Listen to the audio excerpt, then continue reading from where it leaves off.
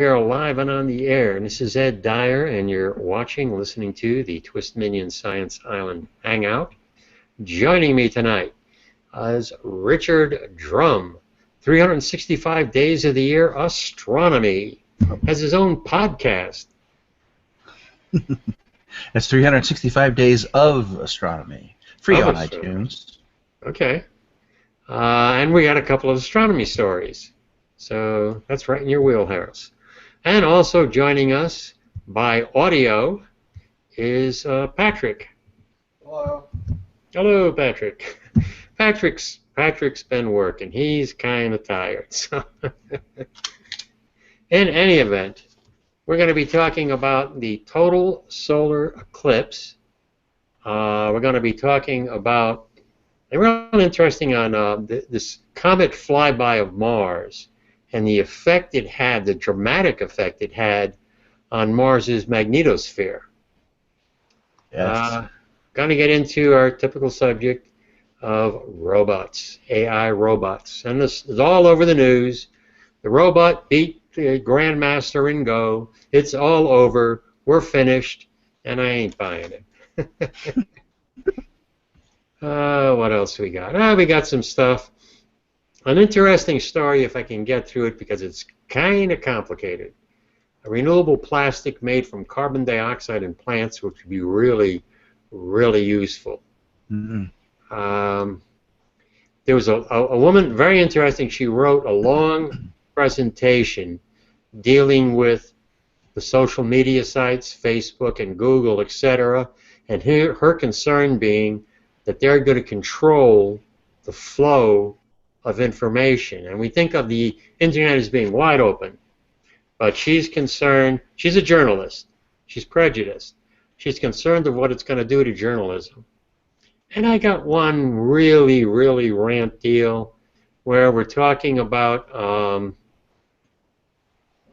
food waste in the United States. Man, people be stupid. That's about all it comes down to, I think. But let's not talk about something stupid. Let's talk about the solar eclipse. Oh, I thought you were going to item number 9, the US presidential primary race. Oh, God, no. We can get around to that. Anybody, anytime you want. Maybe Justin will pop in. He's working till 10 o'clock at night. He's selling them cars. He's got to make the money. That metal. I don't know. But it is, that's a really fascinating, that's an amazing story, so we will definitely touch on it. Now, the total solar eclipse, and what I know I got from Wiki. The total solar eclipse, well, they're rare events. They occur somewhere on Earth every 18 months on average. It is estimated they reoccur at a given place every 360 to 410 years. That I didn't realize. And they last for a maximum of a few minutes at any one location. We're generally talking 7 minutes. Now, because the moon's umbra moves eastward at over 1,700 miles per hour, what the heck is the moon's umbra? You know, Richard? Yep. You've got the penumbra, which is a lighter section on the outside, and the umbra is the dark section. You can think of it this way. If you were on Earth looking back at the sun and the moon was only blocking part of the sun, you would be in the penumbra, partly lit by the sun, but the moon's shadow sort of on you part way as well, because some of the moon is blocking out some of the sun. Yeah, here we go. Here's my little moon. And so as the moon passes in front of the sun, part of the moon is blocking the sun, so you're not as bright as you would be if the moon was out of the way. Then when the moon completely covers the sun, it doesn't really work in the case of me because I'm bigger. But anyway, the moon and the sun are basically the same size on the sky. The moon in this case is a little bit bigger, tiny bit bigger. And so when the moon completely blocks the sun and you don't see with your eye any of the sun around the outside, that's when you're in the umbra. And we're very fortunate here on Earth in that the size of the moon and the size of the sun are basically the same. Sometimes the moon is a little bit closer to us, and the moon is markedly bigger. And sometimes it's a little farther away, and it's a little bit smaller, and it doesn't quite cover all the sun. That's called a partial eclipse, then, an annular eclipse, because the sun forms a ring or annulus. In this case, it was a total eclipse. Okay, I don't remember. Is the moon getting... The moon used to block out much more of the sun. Is the moon getting closer to Earth? It's either getting closer to Earth or further away. Further away, about an inch and a half a year. Okay, so it's getting further away, which means it blocks less and less of the sun during the solar eclipse. Right. Okay. Yeah, here's I'm screen sharing now a map that shows the path of this year's eclipse, and you can see it starts down here. Criminy, I don't know my geography down there quite well enough. That's Australia. That's Pamela. Oh yeah, Pamela's down here in Cairns, in the Cairns area anyway. So she might have seen a little tiny bit of it. But if you were here on, I think this is Sumatra.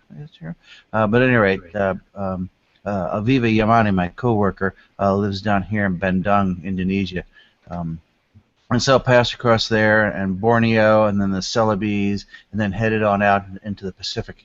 And somewhere in here, I think maybe Eastern Celebes is where she was planning on going. It took her a couple of days to get there.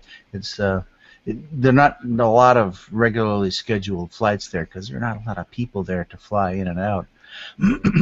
And so I think she's still en route back to Jakarta. After it's all over. But yeah, and you can see here marked in the center it says greatest eclipse. I don't know if you can see my little pointer there, my little arrow, but that part right there is where the duration of the eclipse is greatest, and it's exactly the midpoint on the shadow's track. Shadow starts here. You can see it's kind of elliptical because it's off on the edge of the planet. Here's where it actually starts. These folks out here, they don't get to see any of it, but these folks here do. And as it races across, and here it's going slowly and then zip off the edge again. There was an Alaska Airlines flight from I think L.A. to Tokyo that got to fly through. They were coming, or maybe they were coming from Seattle, and they diverted a little bit to in order to get to catch a little bit of the eclipse as they headed back. Kind of fun. Yeah, it said a Concorde supersonic aircraft was able to stretch the totality of the eclipse to 74 minutes on the path. Or normally we're talking 7 to 8 minutes. 7.5. That might be in reference to a different eclipse. I don't think any of the Concords are still flying. Right. Maybe it says 1973. The last time eclipse longer than 7 minutes occurred was sounds 1973. Right. Yeah. Interesting to me is, can you imagine you're ancient man, and you're walking along. You're minding your own business. There's this. It's a nice sunny day. Wait a minute, it's getting a little dim. The sun. Well, at first it's it's a nice bright day. Then it's not quite so bright, but you don't really notice it because it starts really slowly, and that's a little darker. And it's like, dang, it's starting to get kind of dark. What's going on here? And then you look up at the sun, and it's still too bright for you to kind of look at, but you can see the shadows down at your feet from the trees that are around you. They're all crescent shaped, And that's really strange. But then if you happen to be in the line of totality, suddenly everything goes dark, and the birds are all singing, and then they shut up because they think it's nighttime. Just scary stuff because this just doesn't happen in the middle of the day. It's not supposed to happen. Okay, so you have your witch doctor, druid chief, or whatever. Yeah. Now, if they control information. So they got the little book that tells them that this is going to occur. Well, yeah, if they're all so they got lucky. to do is go to their people and say, okay, people, the sun is going to get eaten by the death ray monster. Now, if you make a donation, a little itty donation, I'll bring it back after. I will say the magic chant. bacon, bacon, bacon, and the bacon, bacon, bacon. I like that's a. I'll live with that chant. Yeah. So let's see. Talking about historical eclipse. Solar eclipse, June 15th, 763, is mentioned in an Assyrian text. And there have been some claims of earlier eclipse. There was, I think this guy might have been Chinese emperor of some sort, King Zongkang, supposedly beheaded 2 astronomers who failed to predict an eclipse 4,000 years ago. Didn't know it was coming, yeah. Gonna be tough to be an astronomer. Well, that guy's in charge.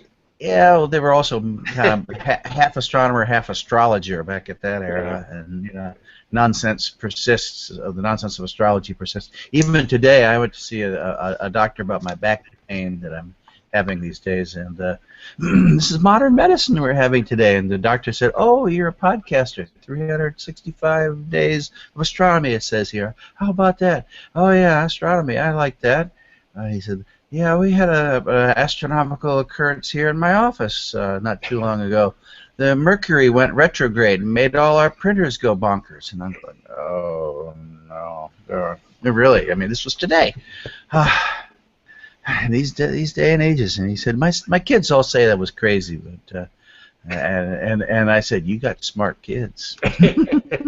So how can you explain it? I said, "I explain it by the words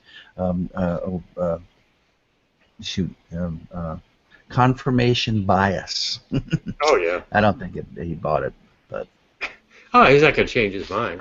No, he's got the he's in his mind. He's already written the narrative, and anything that conflicts with the narrative, well, that's just junk. I'll just ignore that and stay with my story.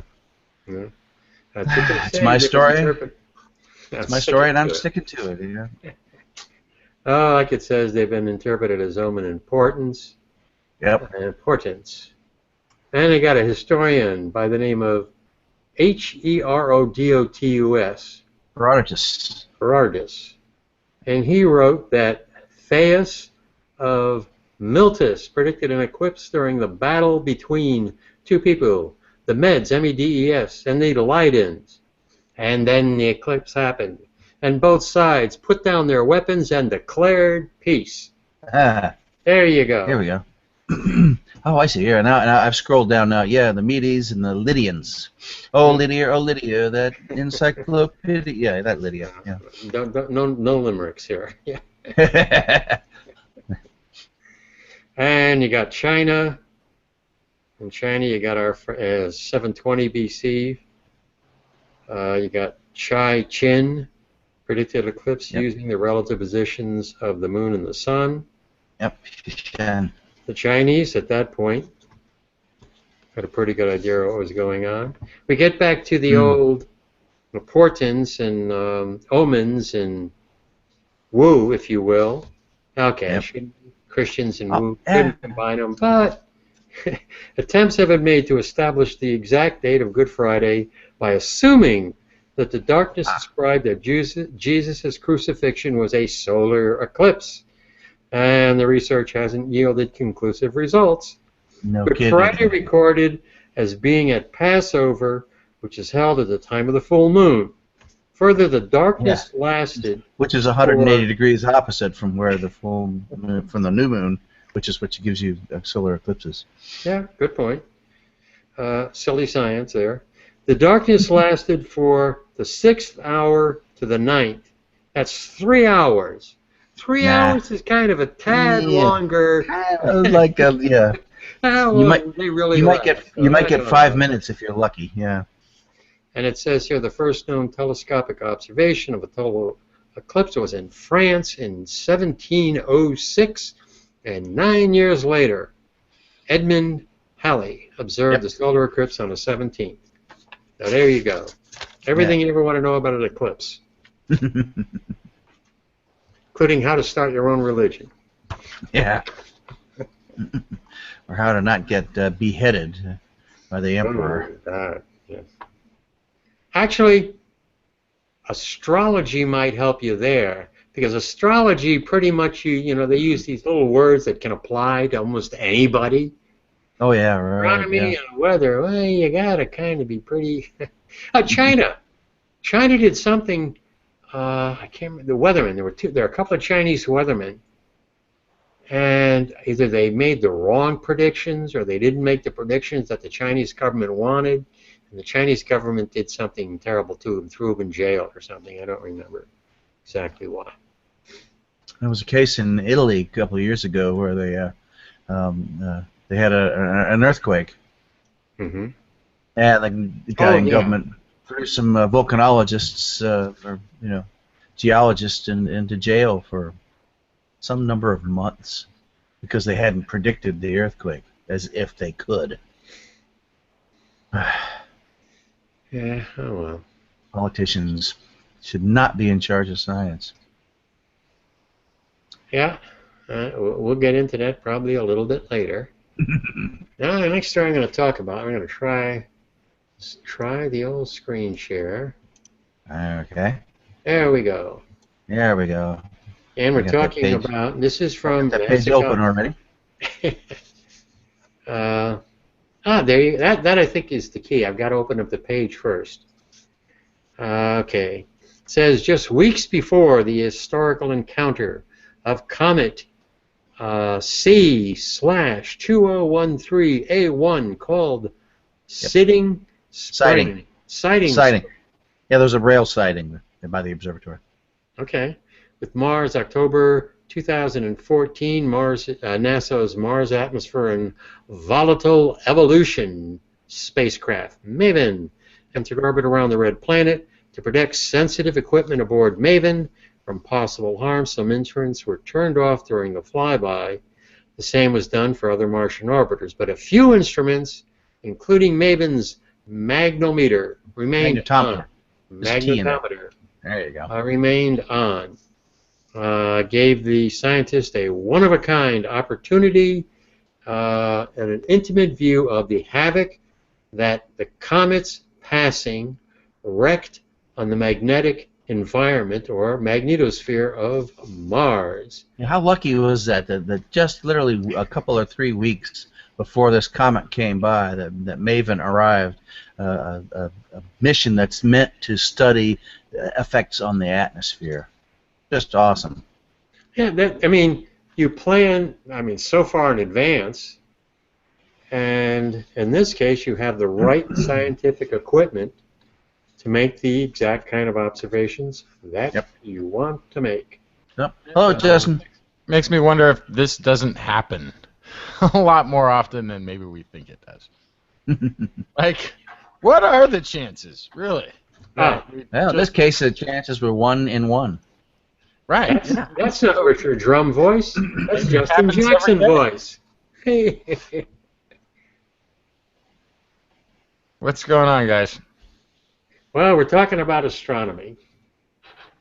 Yep. In this case, we're talking about a comet flyby of Mars having a fairly dramatic but short-term effect on Mars's magnetosphere. Yep, it was about 1.5 years ago. Nice. Mars isn't shielded by a strong magnetosphere generated within the planet like Earth. The atmosphere of Mars offers some protection, however, by redirecting the solar wind around the planet like a rock, diverting the flow of water in a creek. Okay. So what would that do if, like, that happened on Earth? Like, would we notice it, or would it be like all of our electronics went cattywampus? Well, we have a magnetosphere that protects us from a lot of this stuff. What we would notice is this huge thing in the sky, which would be awesome. It'd be beautiful. I don't know if you remember the Comet Hayabusa back in the late 98. Here in Virginia, I had a nice dark sky, and it literally seemed to fill the sky. I mean, it was like that big. That was one of the reasons I got back into doing astronomy again. Wait, Hayabusa was the lander on the asteroid Itokawa.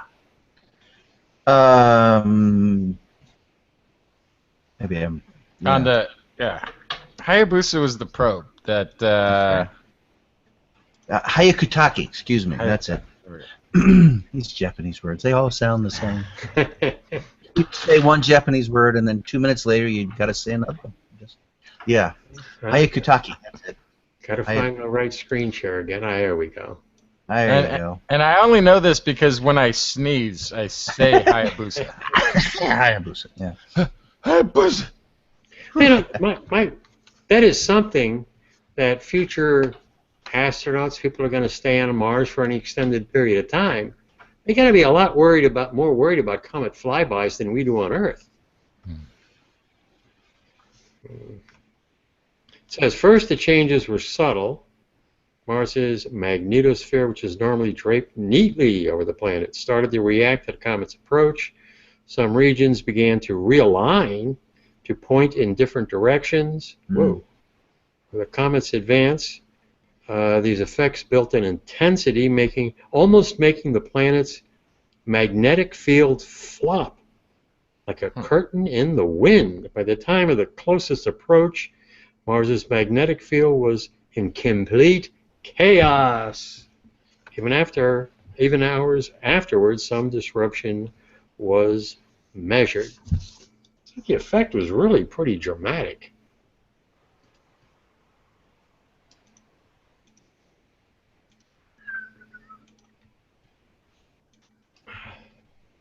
There.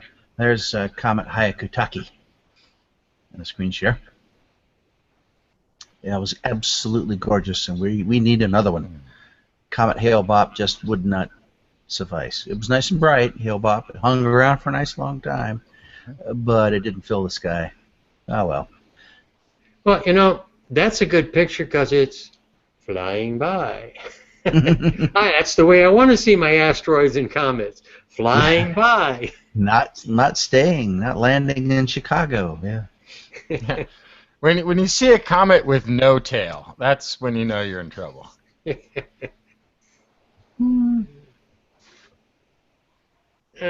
is the next story. We talked, me and Identity 4, Paul Disney, were talking about the computers, the AI intelligence is going to take over.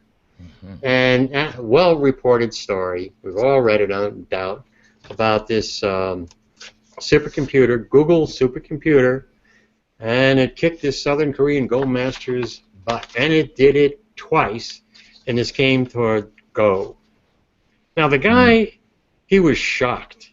He was speechless. He said that the AlphaGo played nearly a perfect game.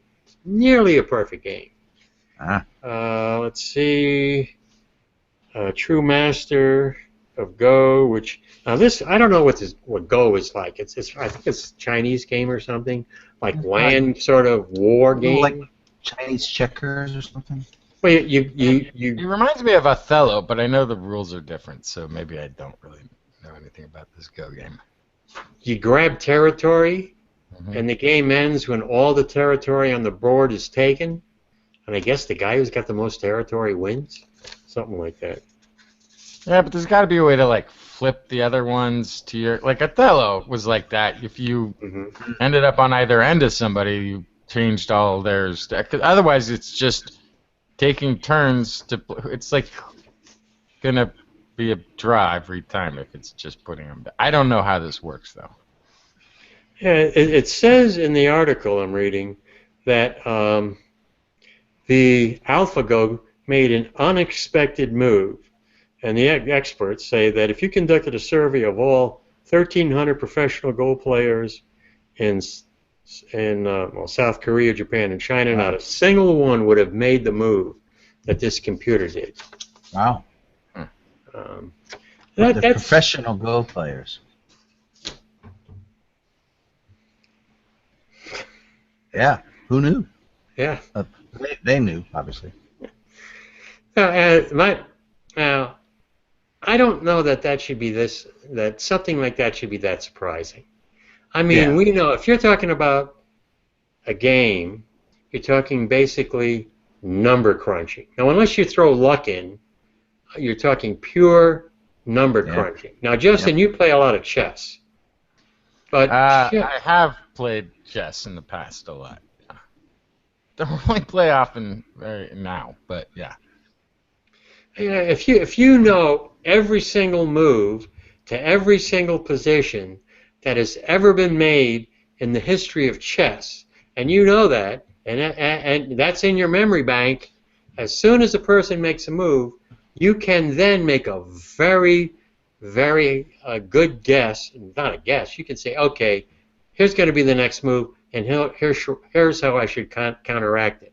A human is supposed to think, I don't know, 5, 6, 7, 8 moves ahead in chess. I don't know. If you can get even 5 moves ahead, you can get to probably grand champion status. I think the greatest player in the world claims about 7, but that's. Jeez, when you're calculating all the possible moves on the board like that, if you can stay 2 or 3 ahead of the next guy, usually that means you're gonna win. I think that what was it, the Kasparov with Deep Blue, was that the? I think you're right. In the late stages of having lost, he tried to do things that would start to look like something that was known and then deviate dramatically from it. The idea being you sort of set the computer down like, oh, I know how this plays out historically, but by then taking a different strategy in the middle of one that was already supposed to have been a winning strategy,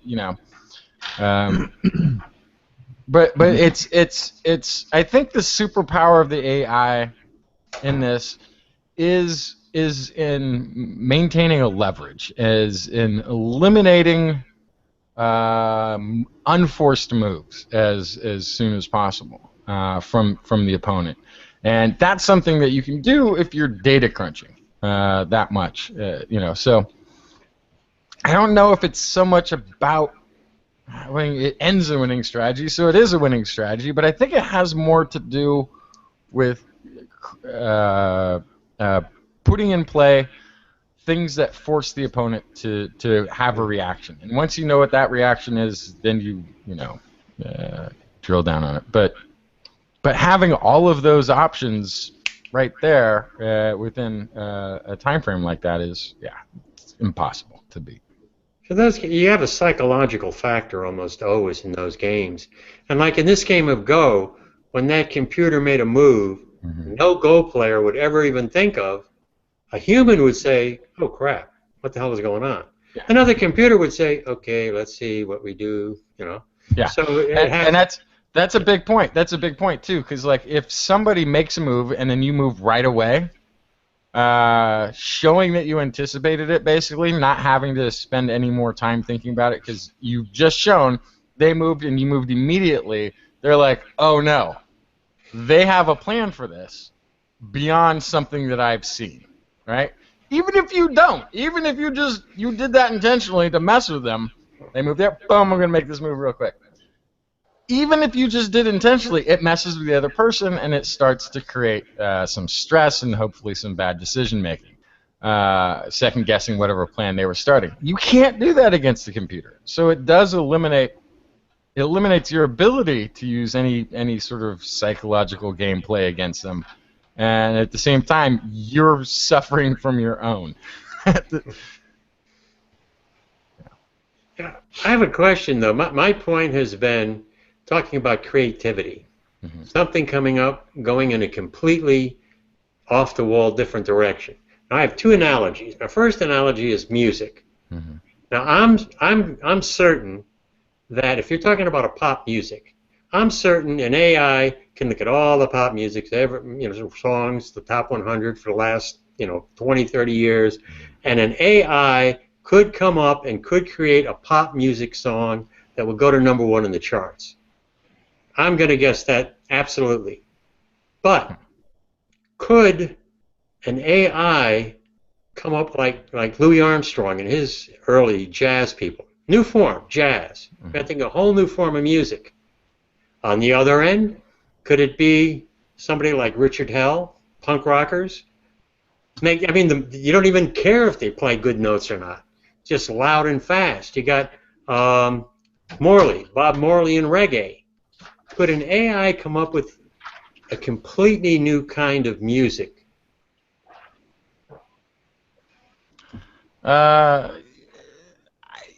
I want to say yeah. Maybe not right now. Maybe we just haven't put resources towards it. But yeah, and it has to do with, you know, looking over the surveys of what people like. Like they've done this with art to some extent. But this wasn't even a robot. This was just doing by numbers, like, what do people like? People like landscapes. People also like paintings with famous people. People also like to see animals in a painting. And so somebody took all of these horrible things that are popular in paintings that people buy, and they combined them together into some of the worst art ever. But it has all of those aspects that people said that they like to see in a painting, kind of a thing. I could see that happening with elements of music or themes of songs.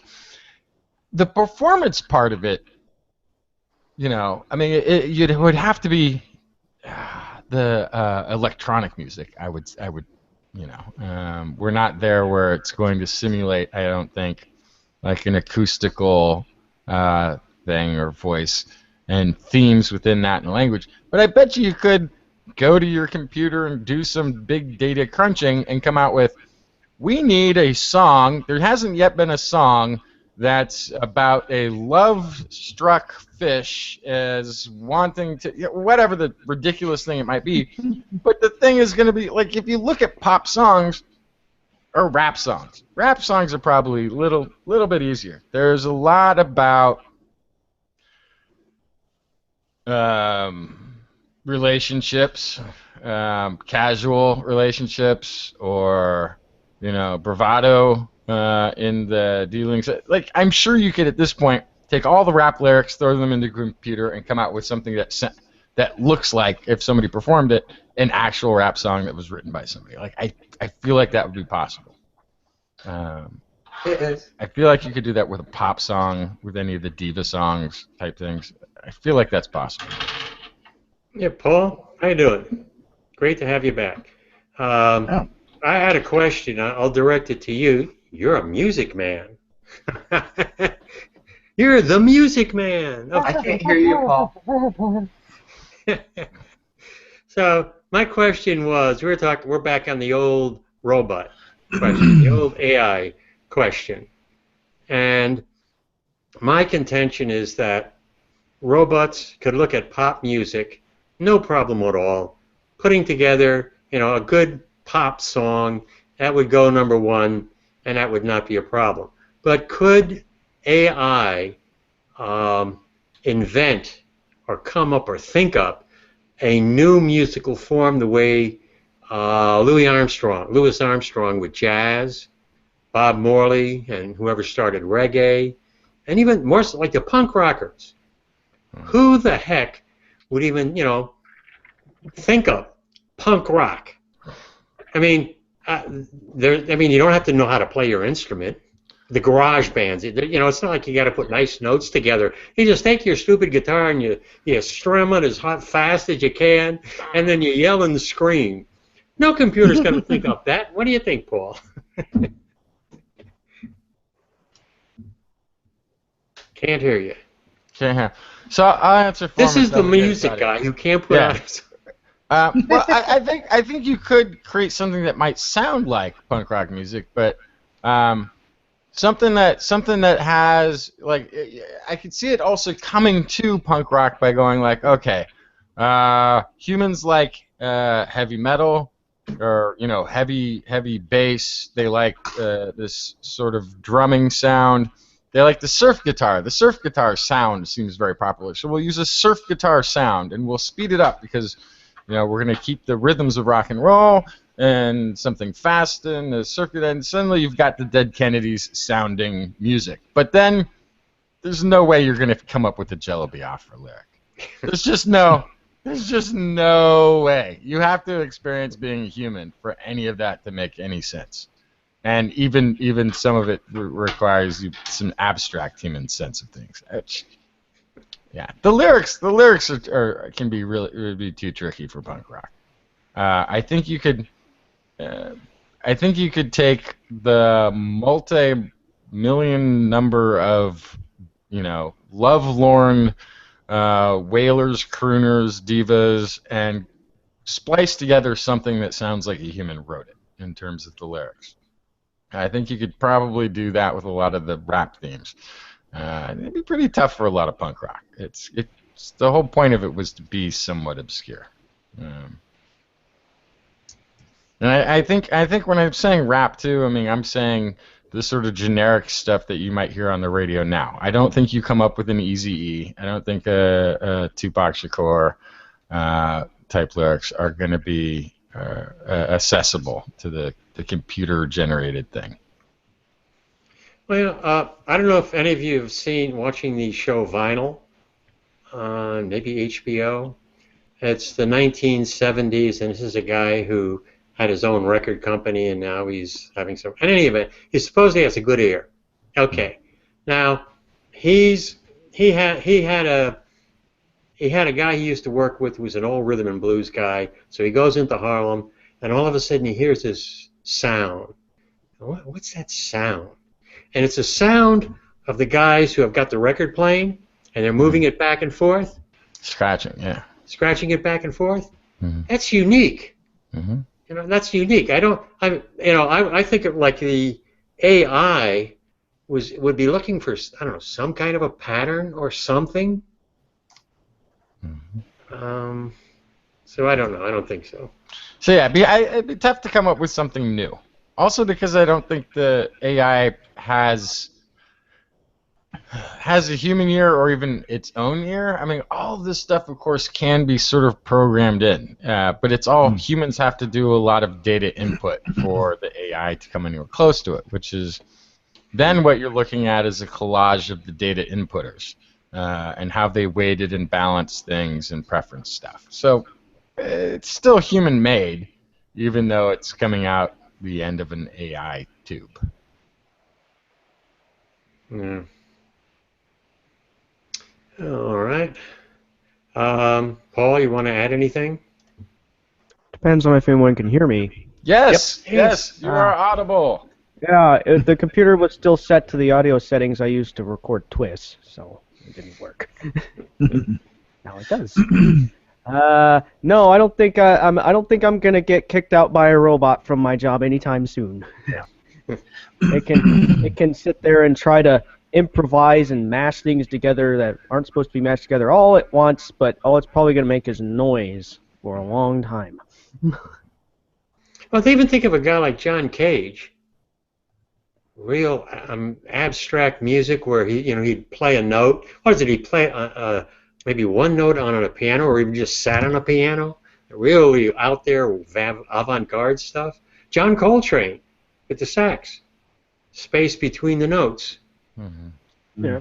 Or take, for example, the song I'm working on right now on this screen back here. There's a bit in that song where I have one chord playing on one instrument, a different disharmonic chord playing on another instrument, and a bass line between them where one of the notes of the bass line is detuned by 30 cents. Algorithmically, it makes absolutely no sense, and no computer would ever think to ever do something that stupid, but for some reason it sounds good. So me and my mushy human brain decided that's what I'm going to do. I'm going to detune that note and put these two mismatched chords together, and somehow it just works. I don't know.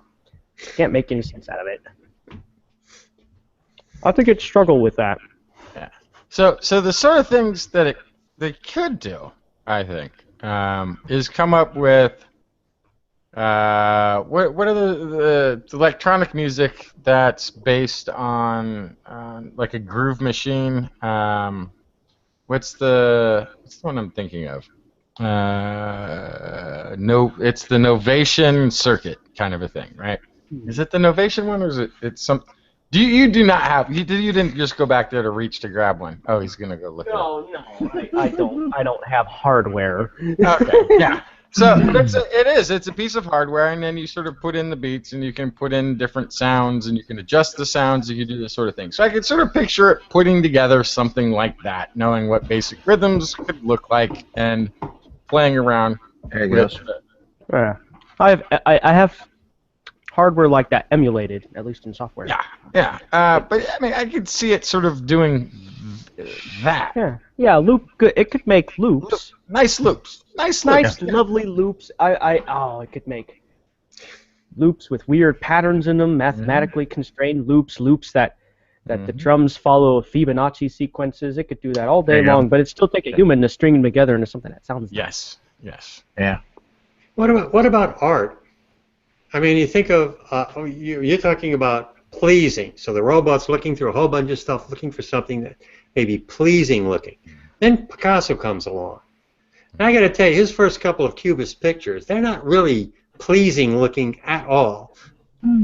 I think it'd have a better chance with art.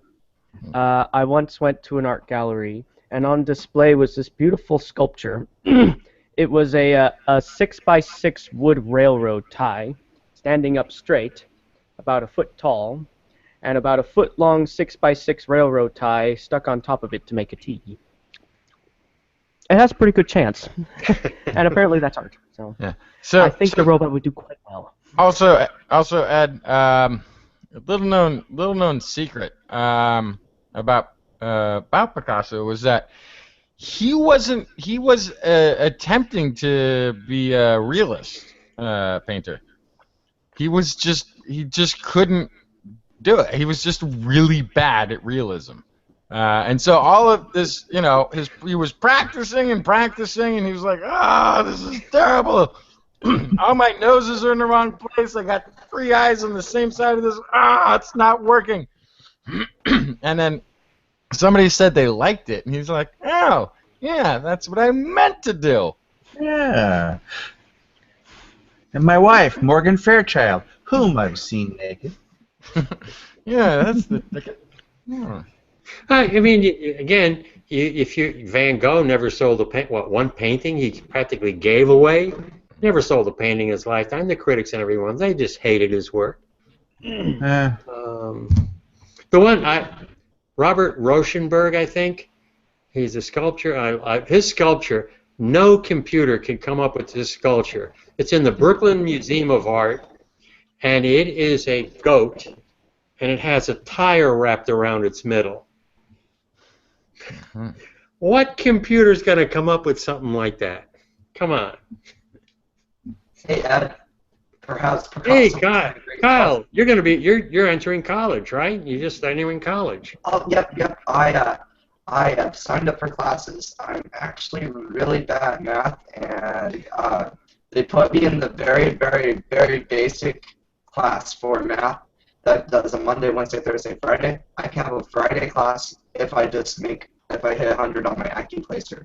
I got like 26 on algebra, 23 on arithmetic, and then I got like 78 on my reading, reading comprehension, which was great because that just put me in college, right? But now my problem is I need to get my decimals and my fractions and my percents, and then I can do my algebra without a problem. Damn, it's just really hard. Fractions. Yeah. Whoever invented fractions. Math. So Kyle, have you ever checked out the Khan Academy online? Khan Academy? Yeah. What's that? So it's a free progressive learning software program. It's a study program. Khan, K-H-A-N, Khan. Yeah. Khan! Here, I'm going to type it into my other monitor.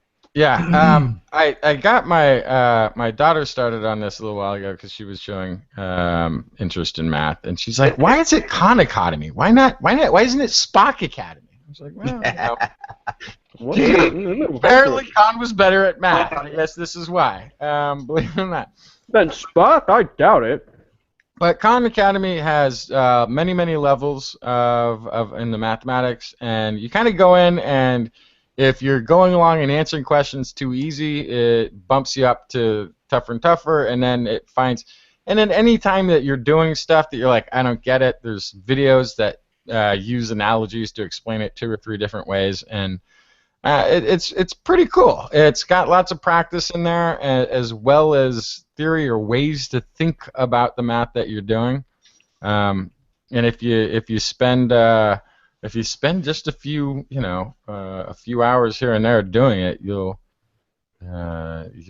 find cool stuff. My son used it for learning some basic computer programming stuff. He didn't do the math stuff as much, but he did created some little animated thing using some sort of computer language, and so there's lots of stuff in there. I mean, they even get into physics and all kinds of other. You can get into some real serious trouble. Yeah, I found they've had some mistakes in their astronomy section, but. Yeah, and Richard, you teach kids, right? You have astronomy classes. Yeah. You teach kids. Yeah, in fact, I'll be teaching a Boy Scout troop, a Muslim Boy Scout troop, tomorrow night. Nice. So that one must be easier, I think, to introduce Muslim kids to astronomy. So many of the stars are Arabic named, yeah. Anything that starts with Al, But then there's algebra too. Yeah, that's where it all came from. Yep. An algorithm. I'm going to go into a neat little story. This is about a new web widget. Neat little web widget. I'll be right back. Oh, yeah, I got it. Oh, sorry, Ed. I'll be right back. The other great thing about Khan Academy, though, it's free. Yeah, I was thinking when they don't tutor in the summer, what am I gonna stay up to date with? Well, now I have something that's free. Yeah, that's about, because I was trying to I was buying these books and stuff for the kids to get them, and that was okay. But this is way crisper. They can pick it up, put it down. They don't lose it or spill food all over it. And anyway. I'm sorry. I'll be right back. Okay. It's a short little story, but it's a neat little app. It's called the Open Data button, a downloadable web browser extension. Can be clicked when a reader is looking for a research paper and wants to see its underlying data. And that's going to be really useful. And this is Joseph McCarthy, co-leading the project. And he's Assistant Director of Policy Advocate Group, the Right to Research Coalition. But right now the button's only available on Google Chrome. And you click the button, generates a template email, which the user can send to the paper's authors. Ask them to share data supporting the paper. Explains how to do so, and if the user has typed in the information, it states when the data will be useful. All requests are simultaneously publicly posted. This is I'm going to click it. I don't know what this is going to lead me to, but it's the Open Data button website. Let's see what this sucker looks like. There are 16 requests in progress, but none of them have been successful. Well, let's go back to the... I guess we got to get scientists on this too. That'd probably help. Oh, well. It's funded by a $25,000 grant from the Center for Open Science in Charlottesville, Virginia. Yay for the Center for Open Science. Well, spread the word. Put the link on flyers around laboratories. That's... I'm going to jump in. In Charlottesville, Virginia is where I am. And tonight's the first time I heard of these folks. Ooh. And that's open source and people collaborating. I mean, I got to say 90% of these studies I look at are collaborations. It's not one person working in isolation. With the astronomy we've been talking about, it's all a collaborative effort. Yep. And that's what something like this is designed for. If you're working on you're going to design your study. Well, it would certainly it'd certainly be helpful if you know somebody else designed it. Talk to the other people that have designed these kind of similar studies, and right off the bat what's going to work and what may not work. So I think open source is really the key.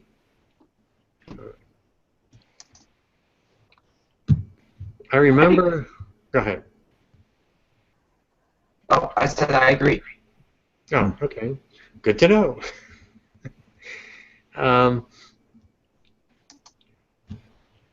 I suspect that in the past, and it's still true whenever politics get involved in science, the Russia and the United States cooperate, something happens, and all of a sudden the two political leaders don't get along, and there goes your cooperation. That can't be a good thing. I remember, I think it was frickin' Watson, when they came up with the double helix, the design of DNA as a double helix, and there was, I can't think of the guy's name, he was a Nobel Prize winner. And they were all worried about this guy was going to come up with the right design first. And so frickin' Watson, they invited his son.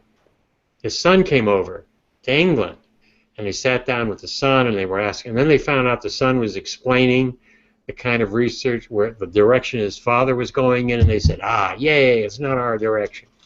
You know, no collaboration whatsoever there. Yeah.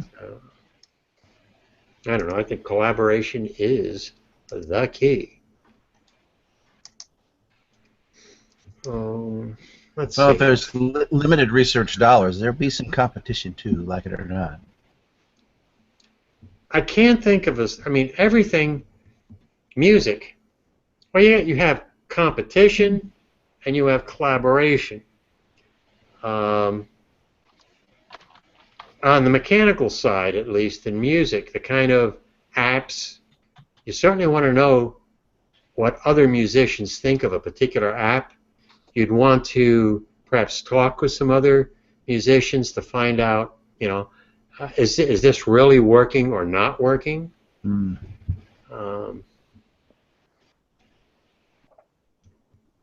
Okay. I'm going to get into it. This is beyond my pay grade, some of the stuff in here. But this is really neat. It's renewable plastic made from carbon dioxide in plants. And at Stanford University. People just a little bit smarter than I am. And they discovered, they say, a novel way to make plastic from carbon dioxide and inedible plant material such as agricultural waste and grasses. New technology could provide low-carbon alternative to plastic bottles and other items currently being made from petroleum. And that's their goal. They want to replace petroleum-derived products with plastic made from CO2. Now, many plastics today are made from a polymer called polyethylene terephthalate or something like that. Terephthalate. Okay. Better known as PET. That one I got. PET. Yep. And also known as polyester. Polyester? Boy, I butchered that one too. Anyway, worldwide, 50 tons of this PET are produced each year for items such as fabric, electronics, etc. And it's made from components which are derived from refined petroleum and natural gas. Manufacturing PET produces significant amounts of CO2 and contributes to global warming. Okay. The use of a fossil fuel feedstocks combined with energy requirements, it says, generates more than 4 tons of CO2 for every ton of PET produced. Now they come up with this alternative called PEF. I'm going to go with PEF because it's called actually polyethylene furan carbon bioxylate. Or something close to that. Furan dicarboxylate, yeah. Better known as FTCA. I'm going to go with the acronyms on this. Yeah, FUDCA. It's an attractive replacement for PET because it can be sourced from biomass instead of petroleum. These are kind of the neat ideas scientists are coming up with. A problem with this PEF, however, is that the industry hasn't been able to, it's not low cost. It's the cost of producing it. And another Dutch company came up with a way of converting fructose from corn syrup into this FDCA, but that's also got some problems because that also has a substantial carbon footprint. Now the Stanford guys, instead of using sugar from corn to make this FDCA, they've been experimenting with another compound called furfural. It's made from agricultural waste, and about 400,000 tons are produced annually, used in resins, solvents, solvents, and other products. But making this FDCA from furfural typically requires hazardous chemicals that are expensive and energy intensive. The Stanford team solved the problem by using a far more benign compound, carbonate, combining carbonate with C2O and furic acid, CO2. CO2 and furic acid. They come up with a derivative, and the results were dramatic. After 5 hours, 89% of the molten salt mixture had been converted to FDCA. So in the next step, forming FDCA into PEF plastic, as they say, is a straightforward progress. And it's got the potential to... Excuse me? Process, okay. And the Stanford team's approach has the potential to significantly reduce greenhouse emissions. So there you go. Smart people from Stanford, and that's the kind of thing I think we're going to see increasingly. How to, like plastic. Plastic's everywhere. And you're not going to go completely off past plastic anytime soon, but if you can make it using recyclable materials, it's a win-win. Yeah, and so instead of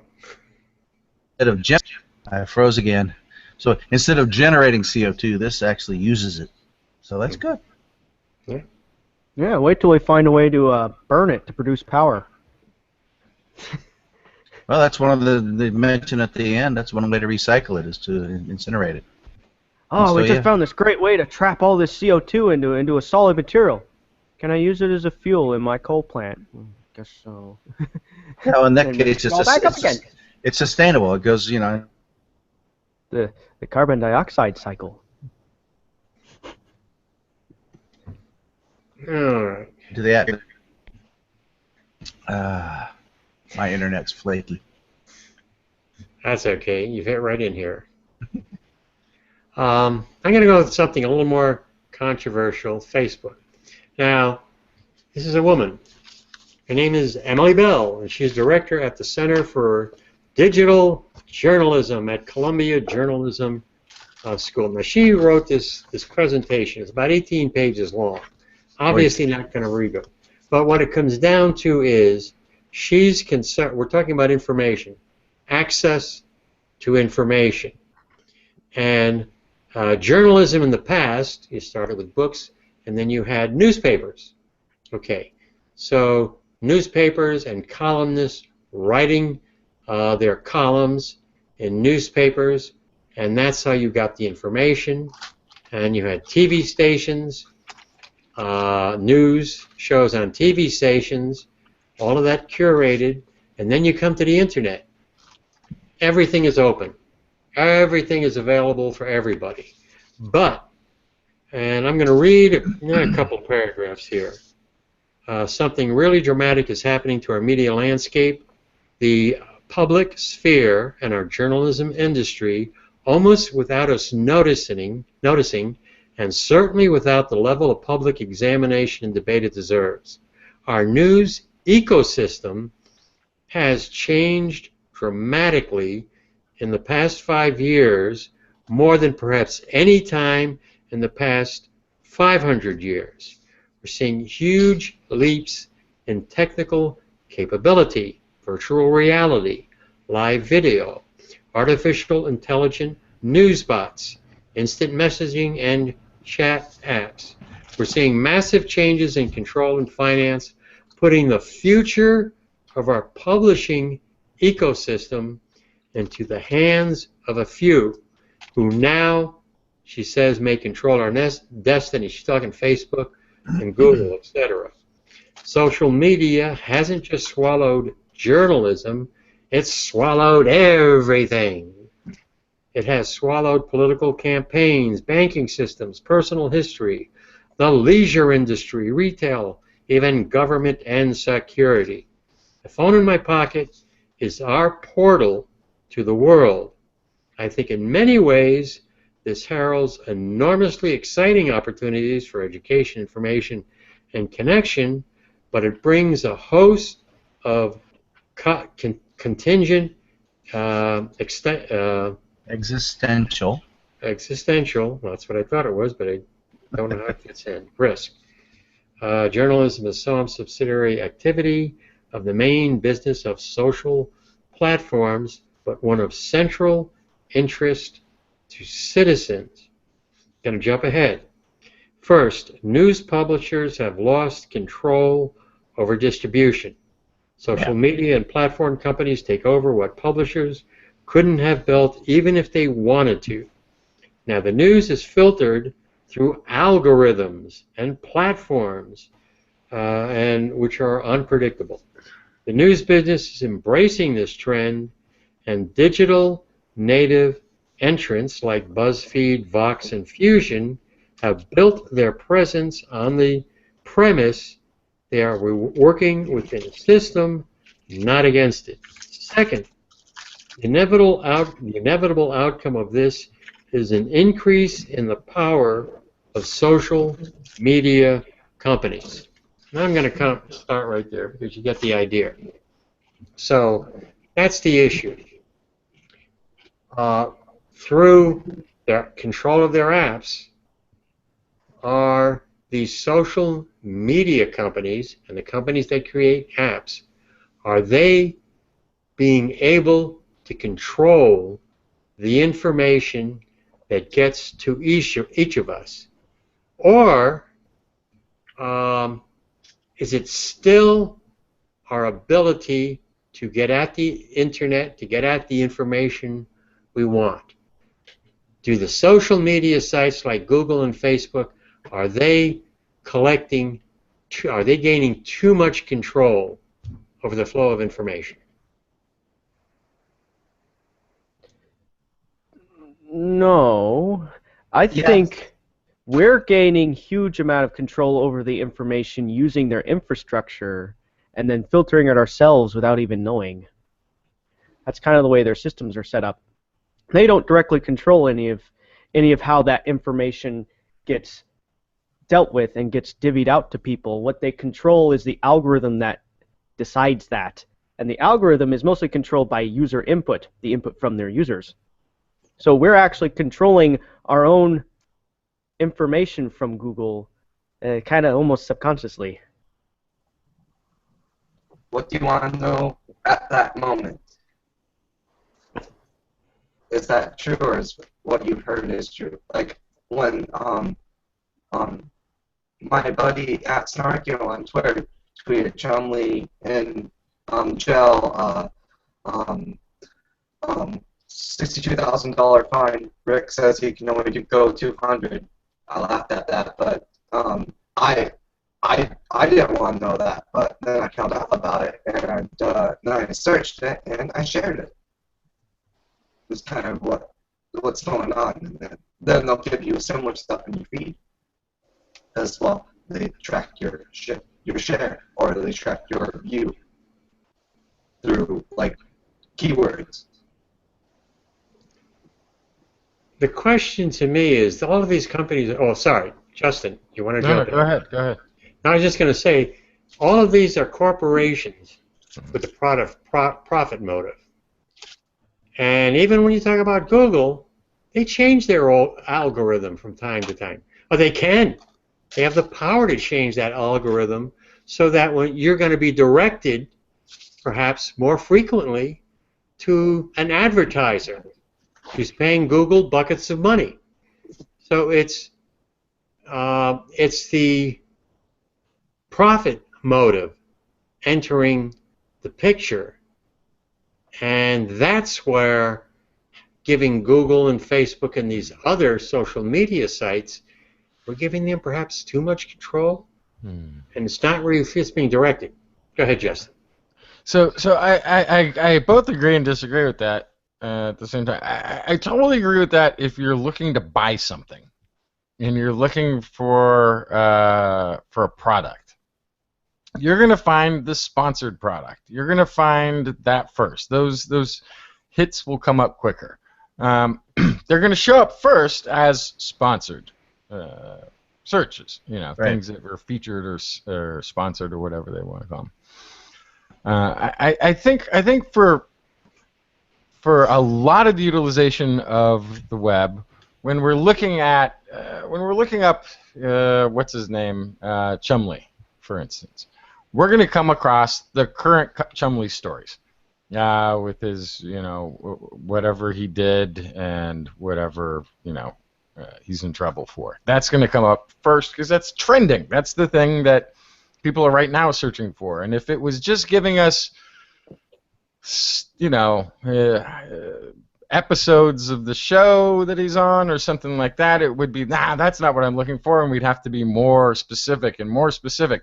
The fact that it knows what's trending and throws that information or what the popular search for was, and that goes up first is fine. That's sort of the train of thought of the mass of humanity, the hive think at work. I always think back to when these things were being developed, and in the development when we were starting with Boolean searches, searches where you would say this and that, and how to come up with a search that somebody was actually looking for, and that initially is sort of the idea of these search engines was that we were going to categorize the Library of Congress or something, and so any bit of literature would be at your fingertips. And if you remembered a phrase of a poem, you could sort of type in that phrase and boom, the rest of the poem would come up. And that works today. That actually happens. You can do that at any point. So much more to the... I get that there's the profit motive. The more frightening one is the political motive. If Google did have a political stance that they wanted you to have, and you searched on a subject, yes, it could be that that subject was all slanted in a certain direction.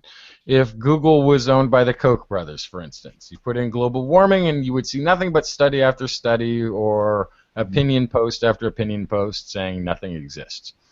Terribly frightening, and very quickly people would probably start using a different search engine because thankfully we aren't at the 1 or 2 or even 3.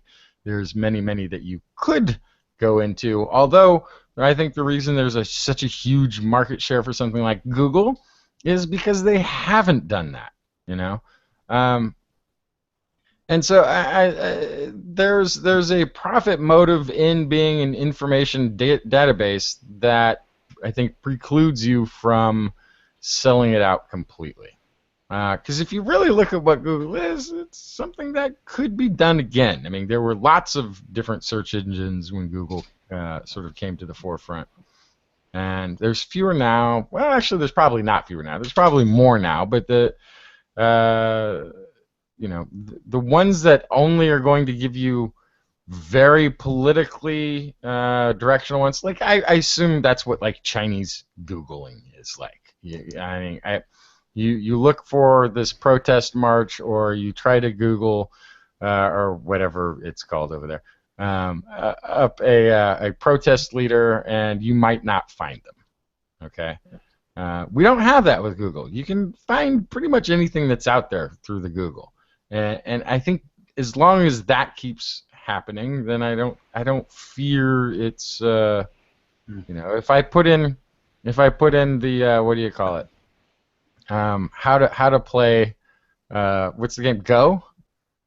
I'll find that, but I will also find all about this story first. I'll see all this, about the master versus the Google computer. I'll see all of that first because that's a trending subject. But if I get a little bit more specific with my search, I'll get instructions on how to play the game. I'll be able to order one on Amazon, and I'll have it arrive at my house. I could get a book on it, and hopefully in the right language. Like, all of that stuff is still going to be there. So I think more and more it would be just user end being able to finite their search or being good at searching stuff to get around the sponsored things. But, is it too much power? Yeah, it's definitely abusable, but is it too much? But it seems to be in the right hands, and I think if it wasn't in the right hands, it wouldn't be the search engine that people are using. Yeah, it could be that this lady is sort of the a throwback to the old way of distributing information. There's two types. There's the push media and the pull media.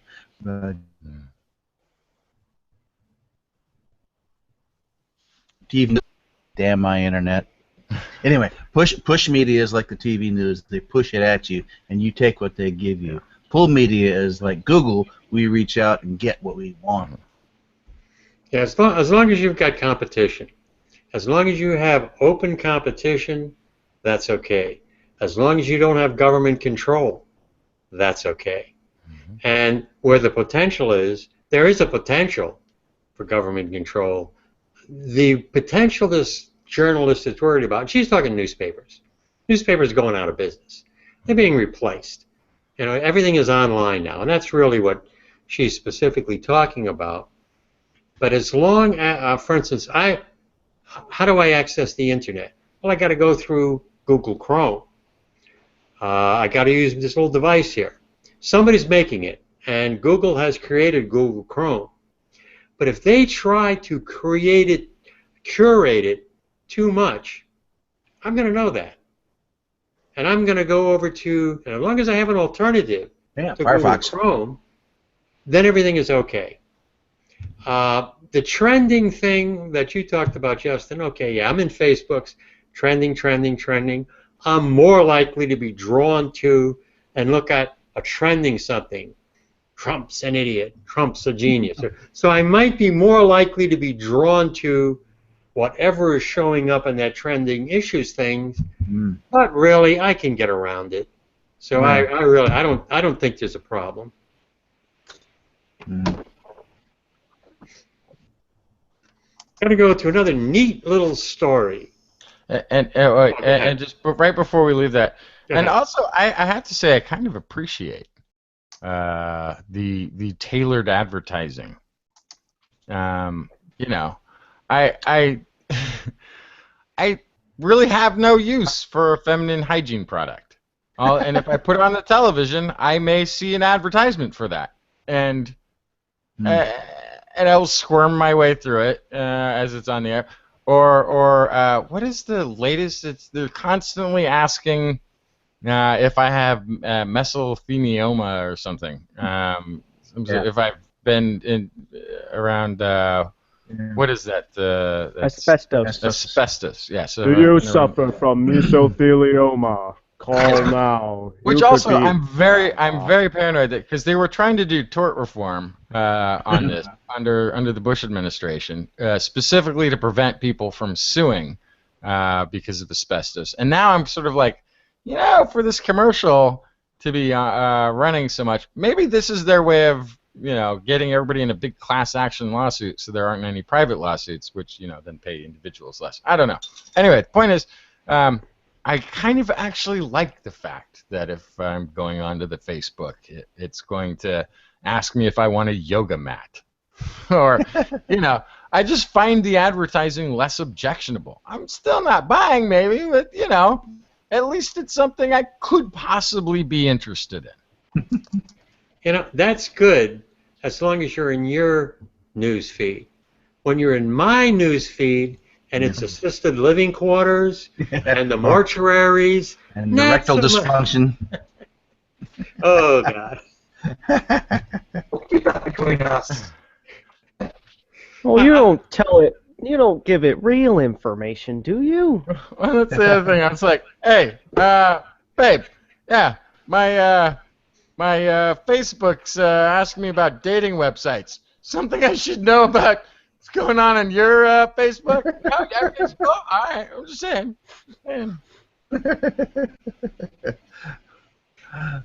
Hey, what about another subject dealing with Twitter and Reddit are the two. You get all kinds of hate stuff, and trolls are just... I mean, I even had a couple of trolls last night, right, Paul, in the chat area. And so should something like Twitter, is it better to keep it open, or do you really have to curate it? Should it really be curated? Open. Yeah, keep it open. Yeah. We could deal with trolls. Just ignore them. I'd say both. I'd say you treat it like a public forum. I say you treat it just like the oldie style. This is where the populace will gather and speak to one another in the open air. Like, you treat it kind of like that, which is, yeah, I think it's okay to edit like straight hate speech. If somebody walks into a room and starts just calling people names, yeah, we can tell them to leave. You know, that's, and I think, but, you know, and I don't think that's abridging First Amendment rights. I think, you know, there can be a chat room for people who just want to say the N-word over and over again at each other, and let's let them have that space to do that with each other. But I think when you look at most chat rooms or most of the internet, we should sort of think of it as a public forum in our ability to say what we want to one another within a civilized sort of tone. You know. And then there are places like Omegle. I encountered this with my daughters when they were in middle school. Omegle. And basically there you go online and you're paired with a random person. You don't know where they are. Could be anywhere on Earth, usually USA. And all middle schoolers, and they're all basically just trolling each other. It's pretty ridiculous. Yeah. I think I completely agree with you guys, but the mechanism would be, and it's happening more with women. That's when I read about it, where women are being specifically targeted. A woman. Oh yeah, right. So where a troll is specifically targeting an individual, releasing their personal information and things like that, there should be some way. And the problem with the troll is you may not be able to figure out who the heck they are. They're anonymous, so they can say anything they want. So it's targeting individuals. There needs to be a mechanism or some sort of recourse where you're talking about targeting a specific person. Well, then it becomes harassment, and the mechanism to deal with that is the legal system. Then at some point it just comes against the law. Yeah, the problem is it's anonymous. That's both good and bad. Because it's anonymous, you're not going to... Who are you going to go after? Somewhat. It's mostly anonymous, but even Twitter, they can get court orders to get stuff out of it. And basically, isn't a lot of this digital media? Can't you like block a user so you never have to see them, or you don't have to deal with them, or you can prevent them from showing up on your screen at least? You know. Yeah, it becomes hard because they may just create another account and pop it right back up. That happened yesterday in our chat room. I'm pretty sure that guy came up 3-4 times at different usernames, different IPs. You know. Yeah. But it's it's still I think better than it was in the olden days when you'd get that call at 3 o'clock in the night. You know, the heavy breather phone call, the crank call, the incessant phone call. I got the calls. I got those calls too. I'm saying you got the wrong number. I rolled over There's on just my no phone. way you're calling me with Come on, Justin. You know that was you.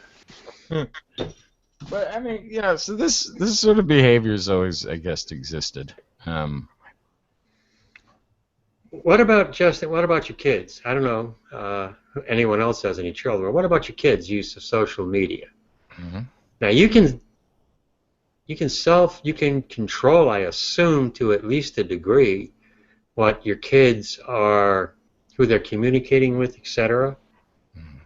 I don't know. You don't really know if the person on the other end of the phone is really a 13-year-old cheerleader or a 49-year-old pedophile. Yeah, It's well, tough. but so one of the things though that's very rare is for people just to go into an anonymous chat room. That's how chat rooms started. Is like you go, oh, here's a place I can talk to people who are also up at 10 o'clock at night, or 11 o'clock at night, or midnight 30, or whatever. And vaguely it may have around a specific type of interest, but it wasn't like this. Like, this is not an anonymous chat room, for instance. Everybody knows who these people are. Now we can even see each other and hear each other. And much more of what the modern social networks or chat rooms are is they're composed of, like, my son will be in text groups with his friends. They're his schoolmates, so it's not like anybody can get into that circle and join that chat. It's, this guy's number, that guy's number, this guy's number, and so they're now group texting with each other about whatever it is they're interested in. And it's not like it's becoming less anonymous in that sense. So yeah, I'm not really worried or concerned that, I had talked to him about that before early on. Like, you never know who you're talking to online, but it's like, he's kind of the one who educated me on the fact that the only people that they wouldn't want some stranger to be in their group in the midst of them talking with them, so they all know who each other are. It's nothing. Yeah, and that's it. The younger generation, they'll probably do a much better job than we can. Well, yeah, and also because we didn't have that option. I mean, it was like early chat rooms, or like there used to be like you'd like phone in to a group convo or something. I don't know. Party lines. Party lines, right? Yeah, like that kind of thing doesn't exist anymore. Well, I guess maybe it does. I don't know, but from everything I've seen of my son's social networking, it's all people he already knows, and they just use that as a method to stay in touch outside of school. So yeah, I think it's safer in that sense. What about young kids? Little segue. This is a neat little story from Oregon. That crazy state. This is Oregon. And what you've got is it's a bunch of teenagers suing the federal government. Now, actually, they're supported by an advocacy group, but 21 teenagers appeared in a Oregon courtroom to challenge the federal government over what they claim is the failure to protect them from the impacts of climate change, while several hundred school children protested outside. Yes, get the kids involved in protest. 104% in favor of that. Judge Thomas Coffin, US District Court in Oregon, questioned the lawyers on the government's claim that the case should be thrown out. At issue was whether the 21 teenagers, the oldest of which is 19, have standing in the case, including whether or not they have or will suffer specific injuries that can be reasonably traced to the government's actions affecting climate change, and whether the court is able to remedy those injuries. Now, the interesting thing is he didn't issue an immediate ruling. He said it will go forward, and it might be up to 2 months, it says here, before he actually makes his ruling. There was another case previously, the same organization called Our Children's Trust, and that particular case never even got to trial. The government, and this is the advocacy group, government is doing everything to fuel this problem and enhances the cumulative, that she talks about, the Jordan Cove liquefied natural gas terminal in Eclispe, Oregon, which the claimant says enhances the cumulative danger caused by the government's actions. If successful, the case and Eugene would require the government to create an inventory of U.S. carbon dioxide emissions and create an enforceable national remedy. Kind of jump ahead, but reaching that stage seems very unlikely. The main thing is getting kids involved. Kids involved in protesting, and you know, they have an avenue for expressing themselves in the court. Not going to work, but I would really like to see it work. Yep, big thumbs up to those kids. Yeah. Okay. Moving on to Rantville. I'm going to rant about one subject, and I'm sure a couple of us here are going to be able to rant about the other. One dealing with food waste and the other dealing with politics. Now this story, man, it just, I haven't had a blood pressure problem, but this is, okay, we're talking about food waste. First of all, I don't get it. It's not rocket science. You go to the, I go to my garbage, my dumpster, people throwing food away. What? I don't get it. I don't throw food away.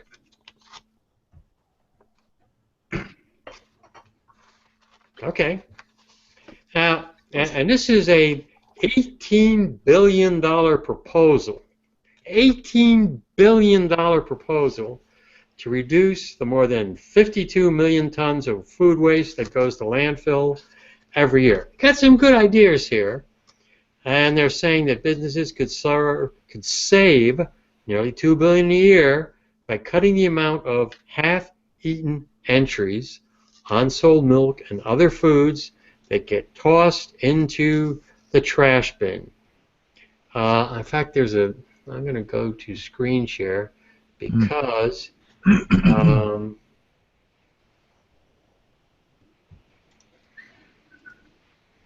okay, share. All right. There's a neat little graph here, and that shows you food waste by weight, 63 million tons, and 16% is farms, only 2% from manufacturing. It says 40% consumer-facing businesses, which is that's a grocery store, right, and 43% from homes. What the fuck? I mean, I don't get that. People throwing away food? Well, you know, they're doing it. Stuff in the back of your fridge, you know. Yeah, that could. You're gonna go shopping, right? Okay. You look at the fridge. You look at the sell-by dates. If you've got a product that's been sitting there for 3 months, there's a pretty good guess you don't go out and buy that product again. I don't know. So I do quite a bit of this. Okay. I throw away a lot of food. What? I do.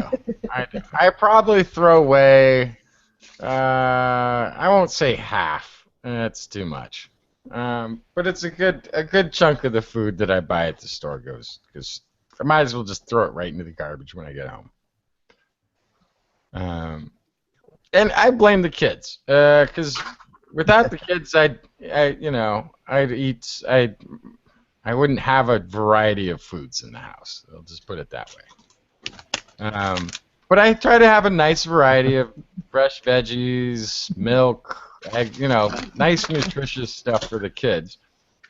And they sometimes they're growing and they're like eating like bears right before winter, and they're just then we got to go back to the store get more food, and then back again, and then all of a sudden they're like, nah, I'm gonna eat like a bird for the rest of the week, and I got all these perishables. Shit, you can't tell. I don't know how they're gonna eat from one week to the next. And then of course I got the 2-year-old, who for every handful of food that makes it into her mouth, it seems like there's another one that ends up on the floor. So quite a bit. I throw away probably half my food. Hey, Justin. Mm-hmm. You're not as bad as the retail store. I work at a retail store, so I know what happens to the food when it goes bad at the store. I see at least 30 to 100 pounds worth of eggs and cheese go right out to our dumpster. And that's not including the produce. When they send us like 10 pallets of produce and we only go through 5, though by the time the other 5 pallets are packed, we need the 5 pallets. So and it's all built. That's all built into the cost of the goods that you're buying, and it's so that you don't go and you go to the store and there's no eggs. Why? We didn't sell very many last month, so we didn't get as many this month. So yeah, we ran out, but we'll have eggs again next month. Don't worry. Like we don't do that. We have an expectation when we go to the store. We can get everything on that list every time we go there. And what happens is, sometimes, like my kids, the general population backs off of eggs for some reason over a couple of weeks and buys a third of the amount that they normally do. It's just random math, or it's whatever. There was vacations, or there was a sunny day, so people went out and then they bought lunch wherever they were, and so they didn't make breakfast. Whatever the thing is that makes these fluctuations take place, they take place, and the result is food gets thrown away. I don't actually honestly think it's that big of a deal. I don't think the problem with throwing away food is connected to there being hungry people on the planet. I think those are two separate things. It's not like the food I didn't eat, the milk my kids didn't drink, and there was this much of the gallon of milk that went bad because nobody wanted milk for a few days, right? It's not like I'm going to throw that in the freezer and mail it to somebody who really would have enjoyed it. That's not the problem. The problem is that we still find it acceptable that people can be going hungry, and that can be solved. And actually, there's a program already for it. It's called food stamps. It's a farming subsidy. It's huge, but it should be expanded because, from what I understand, it's insufficient as it now stands. Right? And it's one of these things. I think you have to have a mailing address and all this other ridiculous stuff. So it's really hard for homeless people to apply for and wait for a benefit and get the benefit.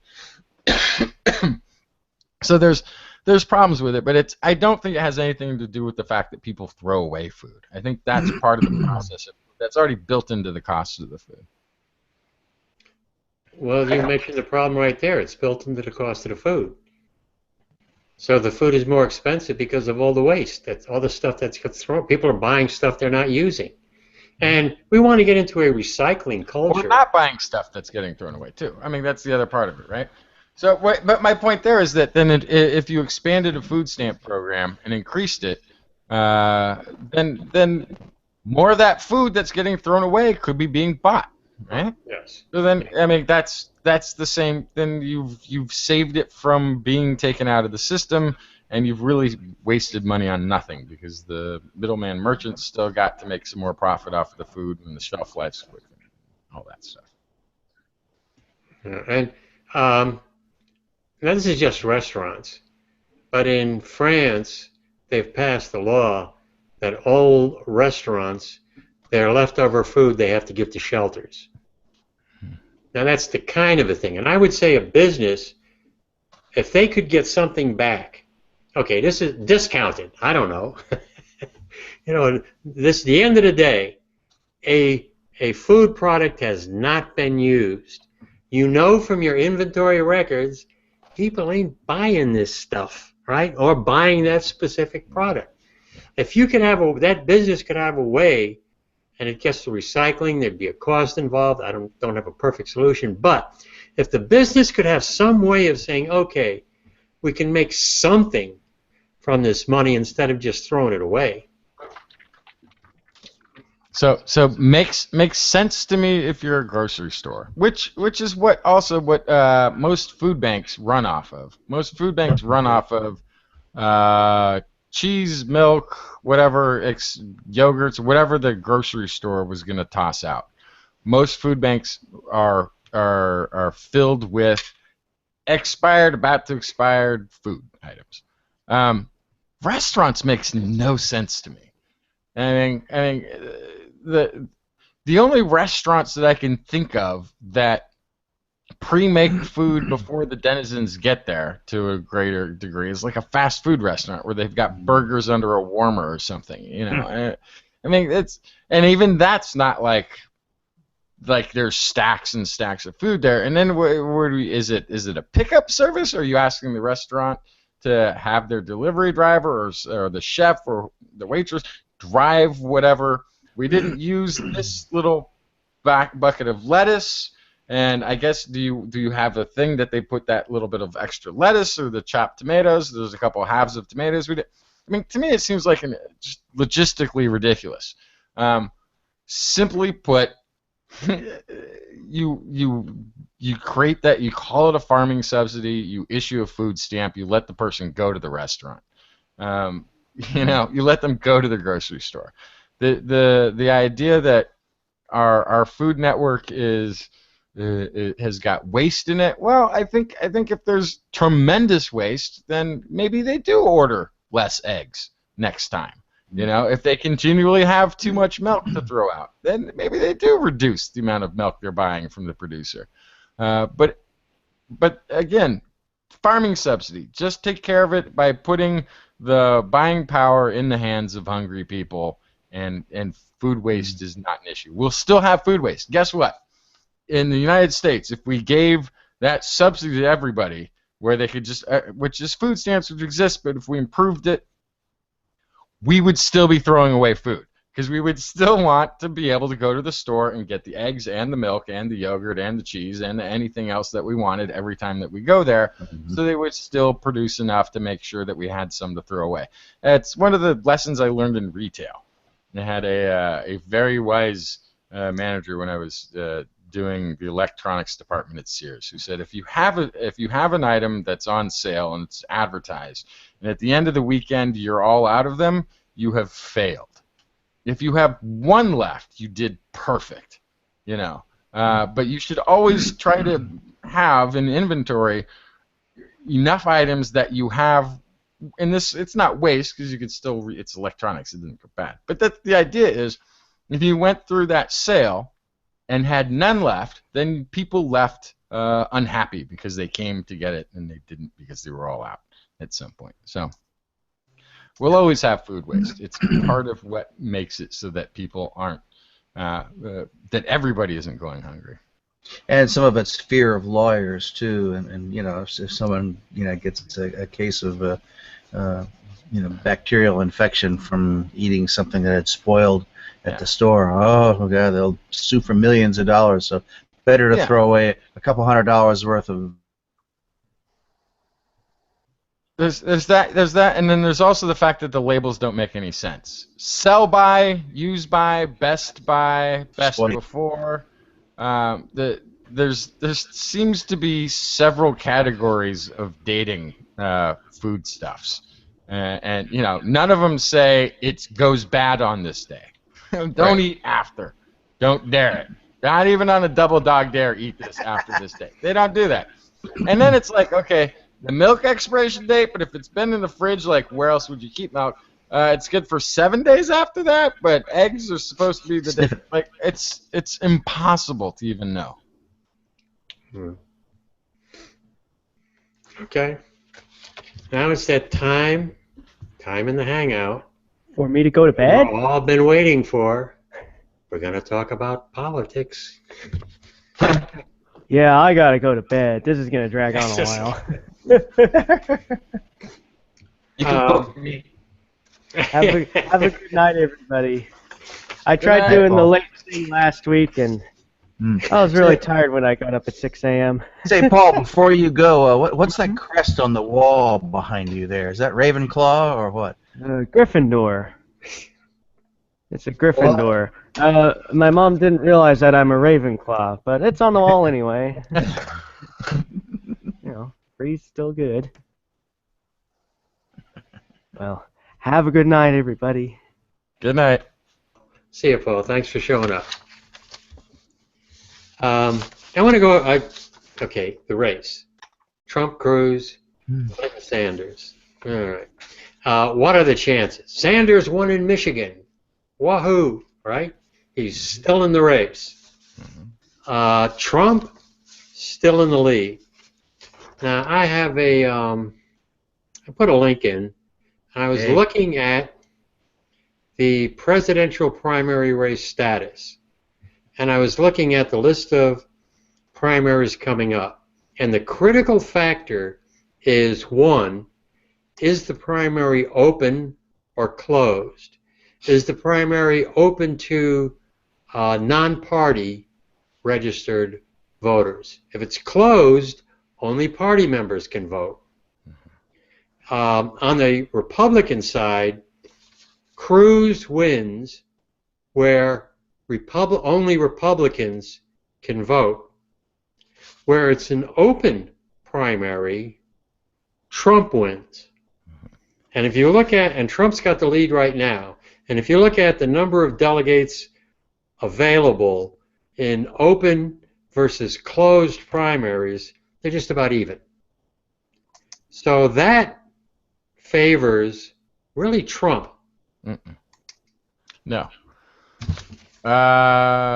Trump needs to take, I think, 60% of all remaining delegates to win. If he doesn't, there's a magical number that they have to get to be okay. You won the nomination. If you don't get to that number, and this is what Mitt Romney's been going on about, telling people to vote for whoever, like vote for anybody but Trump, vote for Rubio in Florida, Kasich in Ohio, vote for anyone. Because if he's kept from, and they've gone to this winner-take-all thing now, I think, coming up here. If he doesn't get to that number, then it's what do you call it? An open thing. Open season. Open season on Trump. They basically wait a second. I got to back up on that, because if it's winner-take-all, it's whoever gets the most votes. In that state, state by state. In the primary itself, you either get to the magic number, or if you're below it, it's an open quorum, something or another. But basically, it means you have to go to the, what do you call it? The big event at the end of the election when the whole party gets together. And there's another sort of different rounds. Basically, what it means is all the delegates are no longer locked. They get to sort of be placed elsewhere. Sort of not quite like a superdelegate thing, but it means there's a voting that goes on at the why is my brain not working?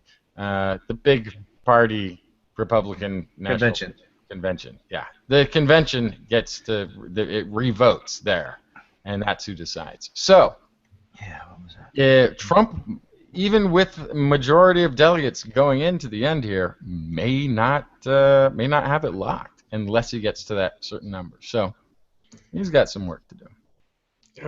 Let me screen share what I was basing my information on. Okay, so you've got proportional, delegates awarded based on the percentage of vote received by its candidate. Okay, then you got winner take all. All of the delegates are given to the winner of the contest. And then you've got... By the way, there's a closed one right there, New Jersey. That's going to go Trump. I got myself a list. And, well, it's the winner-take-all ones that Trump is really, that can put Trump over the top. The winner-take-all ones. Particularly if you go to open winner-take-all ones. Now, I personally doubt that he's going to wind up with a majority. I don't think he's going to get that magic number you were talking about. And it's more than a majority. It's a sort of super majority at this point. But I mean, compared to, because there's so many candidates splitting delegates. That's the point. But you know what? This primary map gives him an advantage, because and the big state on both the Republican and the Democratic side, California, winner take all. That's going to be a big state. That's 172 delegates on the Republican side, 546 delegates on the Democratic side. So on the Democratic side, Sanders has to win California. He's got to win California to have a chance. If Clinton gets California and those 546 delegates on top of what she already has, the advantage, not even counting superdelegates, and Sanders can't win. And there's 3 states really. Florida, it's winner take all. This is the Democratic side now. Florida, 246 delegates. Ohio, 159. Pennsylvania, 410. California, 546 delegates. So there's a reason Bernie's hanging around till the end. Oh yeah.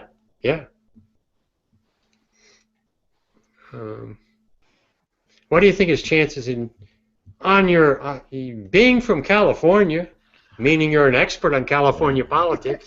Yeah. So our governor is Jerry Brown. Jerry Brown, first time he was governor, was known as Governor Moonbeam. Moonbeam. It was considered to be the first time there was marijuana smoking going on in the governor's mansion. Absolutely not true. Ronnie smoked quite a bit of grass in the governor's mansion before before Jerry. But it's this is a place that's open to progressive ideas. I got to tell you, I have seen far more Bernie stickers, bumper stickers, and the like.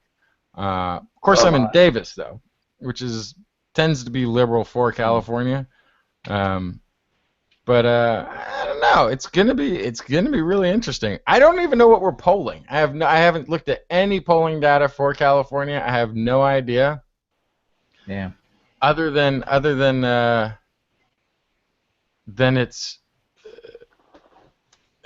it's possible here in Cali that he could take it. It's definitely possible. Should I say just root for the old guy and know that someone's seen it all? Wait, what's that? Should I just say root for the old guy knowing that he's seen it all? He won't make the mistakes that have been made? Well, not necessarily. I think the 2 oldest guys running are Trump and Bernie Sanders, and they couldn't have seen a completely different view of America apparently from their vantage points. So I wouldn't go with the ageism alone. There's more to what you experience in this world than how long you've been on it. But yeah, I want to see if is there. Are you trying to find a poll? I need to find I'm trying to find a poll here. Now, the one thing I see is that Cruz would beat Trump. Ugh. Cruz scares the crap out of me. Yes. It doesn't say Democrat. I guess I gotta make the choice. But if you had a choice, okay, how's this for a choice? Oh God. Cruz or Trump? I'd rather see Trump than Cruz. I think the Koch brothers would sit him down and talk some sense into him if he got elected by some miracle. They would say, "Oh, you think you're rich? No, we're rich, Trump. We will turn you inside out and dangle your entrails over a cliff." Who the Koch brothers? What? Koch, K-O-C-H. Never heard of it. Ah. He didn't even win his own state. Okay. Richard disappeared. Field poll. What's the date of it?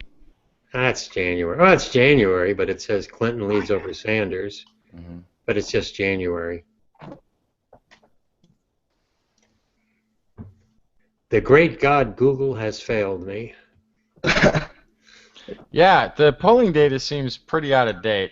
But not very useful. Okay, but I like this. This is fine. If January is showing Clinton up by 10 points, that's tighter than most of the states that Bernie won, except for Vermont. If you look at the January numbers, I mean, he closed over 20 points to win Michigan. You know, the longer this has gone on, the closer those numbers have gotten, and closer and closer and closer. He can take a California. He could take a Florida. I mean, these aren't completely out of possibility. I think he'll do much better in northern states. You know, the calls for it's over. Oh, you got to get him out. Well, okay, great. An Arkansas Democrat did well in southern states. I'm just. Could we not have predicted or expected that? I mean, that's fine. She keeps winning in places I have no interest in visiting, which also sort of tells me something. Of course, that actually doesn't say much. I don't have much interest in going anywhere. But yeah, I think you could definitely make the run here in California. There's definitely the enthusiasm for it. This is, if not here, then yeah, where else would he be right for than California?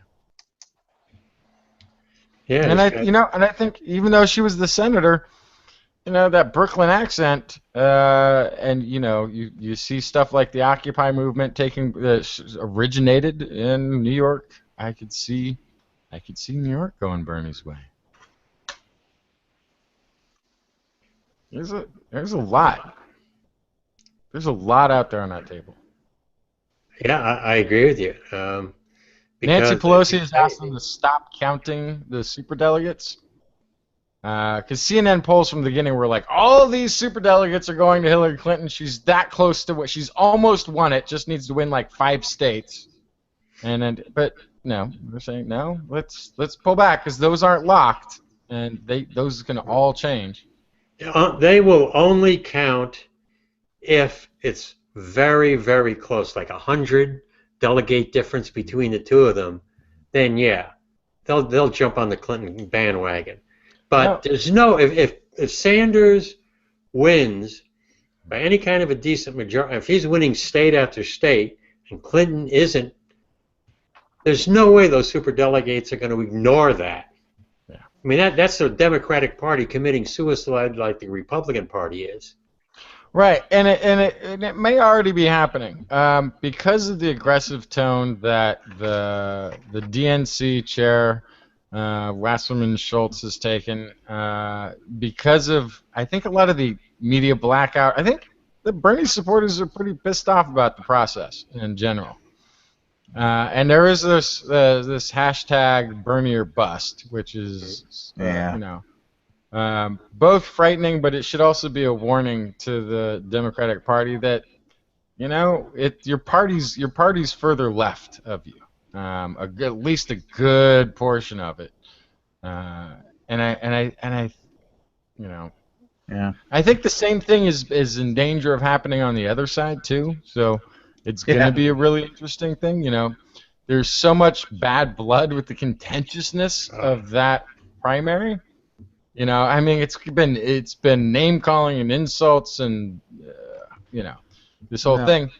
And in a way, it is just politics in a way, but I think that, you know, it's been ratcheted up to a point where if, for instance, they go to the nomination with an open delegation, an open quorum call or whatever it is, and Trump isn't the guy, I bet you a lot of those Trump supporters don't come out and support whoever it is that they put up there.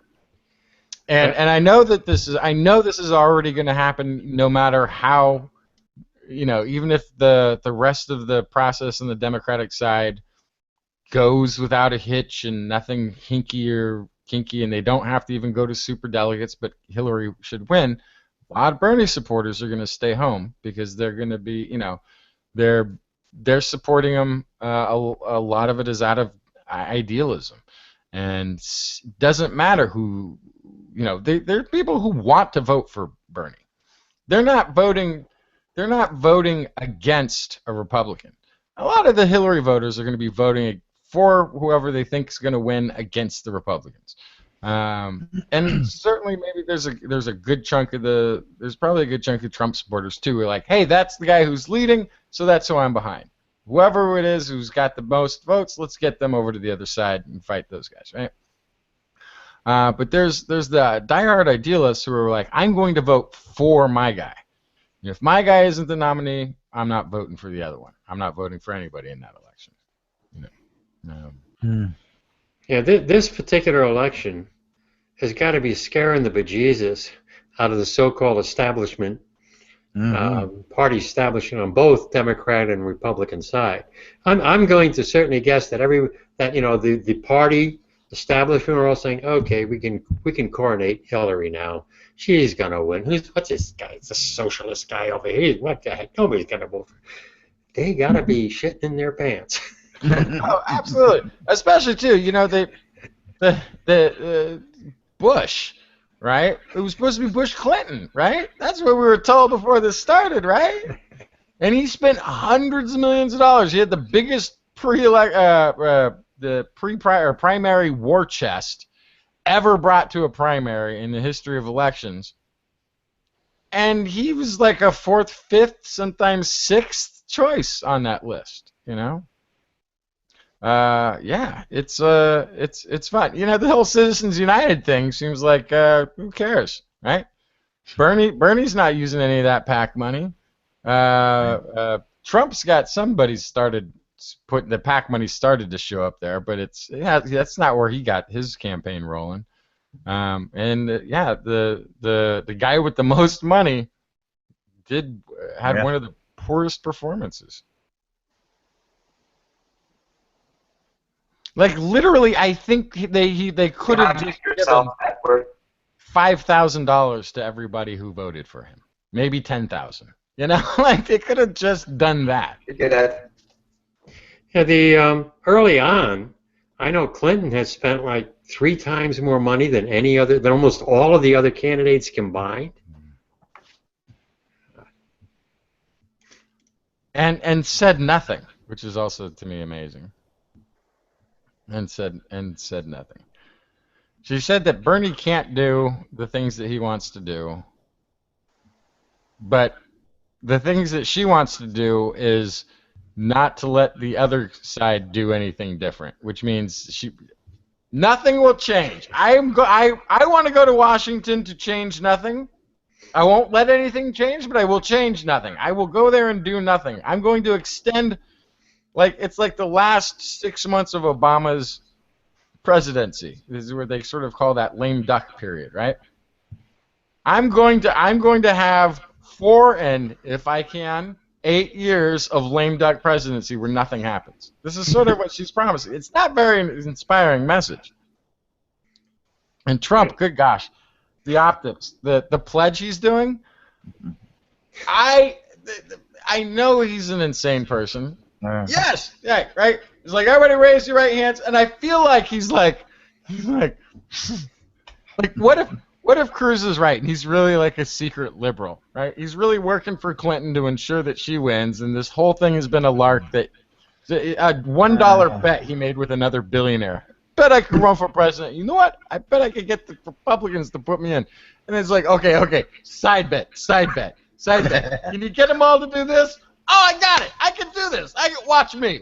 I can do this. All right, everybody put up your right hands and pledge that you're gonna vote for me, and then the optics of the whole audience doing that, right? I almost feel like it has to be a joke that he's playing on the Republican Party. If not, then it's just the most hilarious reality. Doesn't Trump prove how much American democracy can work? They had the idea anybody can run president.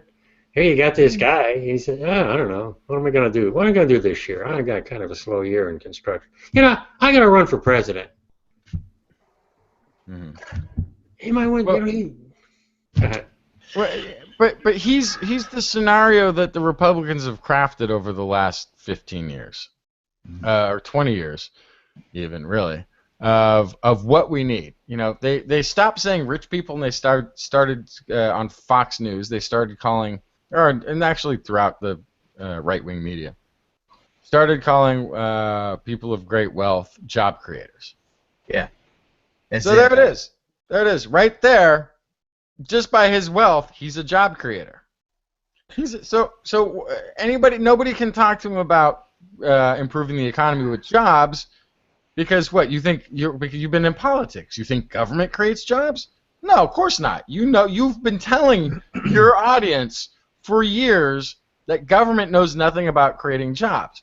I'm what you have labeled a job creator. So obviously, I know how to create jobs because that's what I do. So they created this whole, the government needs to be run like a CEO. Well, here's the most, at least, recognizable head of business in America. Who's got a media? I mean, he's a media face, right? He does everything from his own TV shows to his own. He shows up in WWF wrestling. People recognize him, and they know that he's a billionaire and he's a successful guy.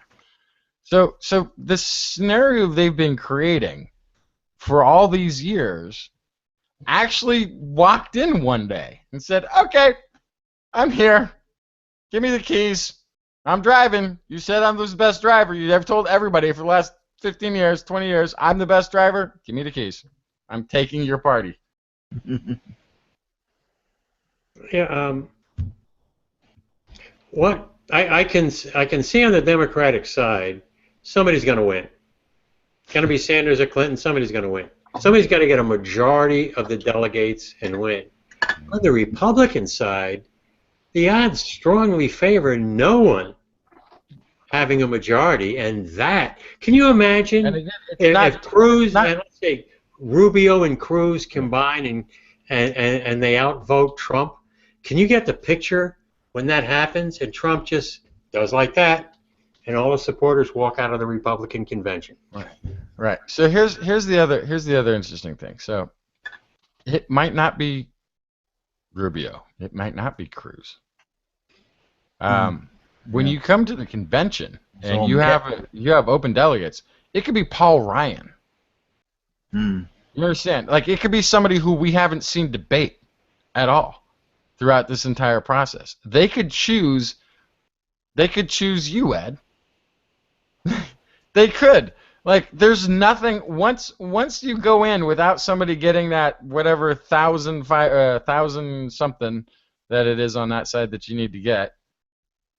It's open. They can vote for absolutely Mitt Romney. It could be Mitt Romney. It could be Paul Ryan. It could be Sarah Palin. It could be Sarah Palin. Like, they'll get to vote fresh for whoever they want.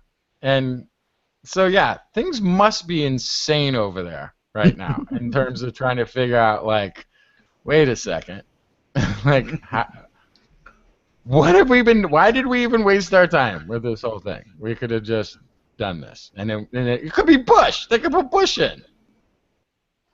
Because, But then again, this isn't beanbag. So. Yeah, and the Republicans are more, I don't know, maybe it's not true. I'm going to say Republicans tend to be more anti-Washington. But Vermont, where Sanders comes from, is the most libertarian state in the country, so that's not really... anti-Washington is the key. Well, they're anti the Washington that their big business constituents don't like. They're all for the big, powerful Washington when they want it to be big, powerful Washington. So nobody in power wants to have less power. Another thing, though, if the Republican Party, forget about the presidency, if they maintain control of Congress, that's really all they need to do. Mm-hmm. And then, sooner or later, worry about, who the heck, maybe we can elect a Republican president someday. But if they can control Congress, then they're still a legitimate party, still a very powerful party. Oh, yeah. Oh, and make no mistake, regardless of who wins this, well, even if the Democrats do win the election, I think we're going to be at 8 Supreme Court justices for a very long time. I think 8 is the new 9. Any thoughts, Richard? We've been kind of shouting out over you at this point. I don't know if you... We're talking about the stars of politics as opposed to the stars of astronomy.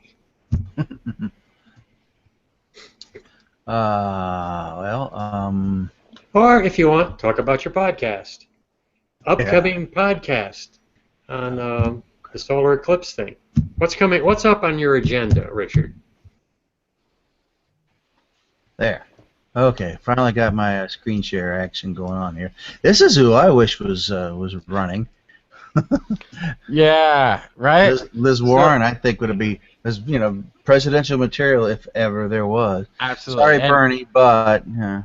Right. So my prediction all along has been, if Bernie wins, this is our vice president. Right. Or Secretary of State, one of those. Yeah. Or or head of the Justice Department. Yeah, or Treasury. Or Supreme Court. Yeah. Yep. She's got a bright future. Yeah. Oh well. But yeah, no, I think, and the argument they're using, like every time Bernie says "excuse me" when being interrupted, he's somehow being sexist. I'm still really reeling from this. Wait, no, he said "excuse me." I get that he has a Brooklyn accent, but even with Brooklyn accent, "excuse me" that he gave was pretty freaking polite to somebody who was interrupting him. True. He was the one that it was his turn to talk, and he was being interrupted, and he said, "excuse me," and this was being brought out as, "Oh, it's misogyny. Oh, it's sexism." Mm-hmm. Yeah, and how much influence do you think these debates actually are having? Is what? Because how much influence do you think these debates are really having? Are they really changing anybody's mind? Okay. Quite a bit, but not for who you think. I think the reason it's going to affect Hillary voters more is Hillary voters getting their information from the television to begin with, because they already think they know who Hillary is, so that's who they were going to be for. And the younger youth voters or the techie voters or whatever who've gone back and watched Sanders, when he announced, and watched the YouTubes of things he said and done, gone back and maybe looked at C-SPAN clips and the rest. Those people are making their decision based on that Google, right? That Google mind of being able to go and find out something. Whereas the folks who already think they know who they're going to vote for, hadn't heard of him but knew who Hillary was, or have just been watching television for this, and haven't heard anything about Bernie because he hasn't been on television, then they tune into one of these debates and they go, "Oh, I like what he's saying. I don't really like what she said. He's saying that. I'm really for that." And that's why you've been seeing, 20-point, 10-point, 15-point, whatever swings in Bernie's favor over the last few months, because I think these debates really have had an impact, and they didn't want to have very many of these. In the beginning, they were putting them on, like the Ohio debate was like during an Ohio football game, like their final game. They'd put it on a playoff game. They put it on an odd night. They kept trying to, it seemed like, downplay these debates. They're trying to bury the lead.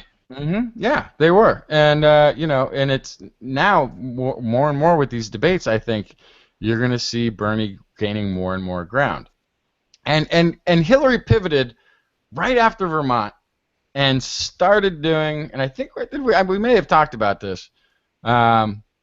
She started doing what he said. I'm just going to say the same things he's saying because I already have the name recognition, and then there's no reason for people to move away from me. Which he had to call her out during the last debate, where he's like, "That's great. I like what you said. I like when I said it. When I said it first, like he had it like, I liked it even better when I said it, I think is what he said." But she has been. She's been sort of having to do this crazy pivot, and now he's got this wonderful thing that he can poker with, which is these transcripts to the speeches she gave to, I think, Goldman Sachs, She got paid, $250,000 for a speech. Must have been a really great speech. They paid $250,000 for a speech. Must have been a fantastic speech. Why don't we all get to hear what she said to them? And her refusal to let people know what she was telling Wall Street, while claiming to be the tough on Wall Street and taking money from them, is, I think, swaying some people. Okay. I haven't been watching these debates at all. I've not seen a one of them.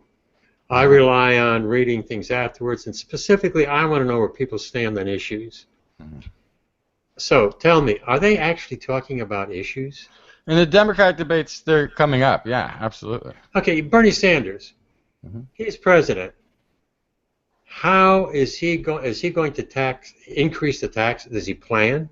I mean, how's he going to deal with the budget? Has he had anything at all? I have no idea. Other than he's more likely to tax the rich, but really, has he talked about anything like that? Oh, absolutely. Yeah. He's going to raise taxes mostly on the rich. Mostly on the rich, but also on certain practices of Wall Street that Wall Street finds very lucrative, but they only pay capital gains on it. He's going to start taxing things like speculation, which could reduce speculation so that it won't be as much tax dollars as you could get out of it, but also less speculation means less volatile markets. Right, calmer market.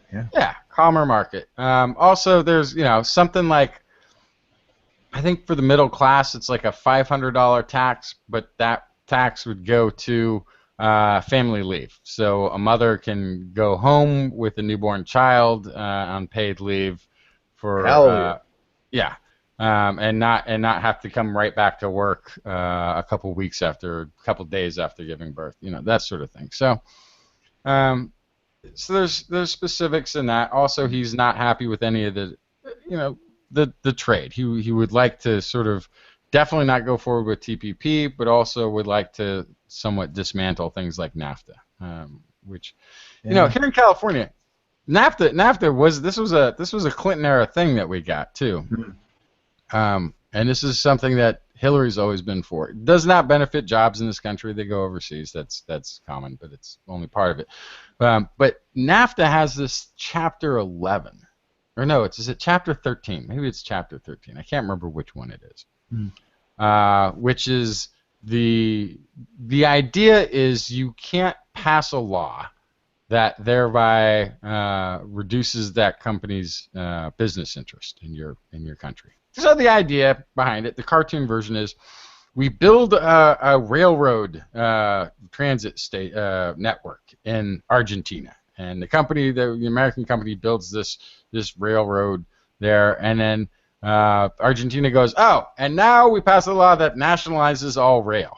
Okay, so this is the idea. We don't want somebody just to arbitrarily pass a law that says they can take our property and that sort of thing. That sort of makes sense. You're protecting the business interest. But the way it was written is such that if any law that inhibits a business is passed, they're able to sue through a secret court for all future profits that may have gotten them. So not just the profit they were making now or their initial investment, but future profits as well.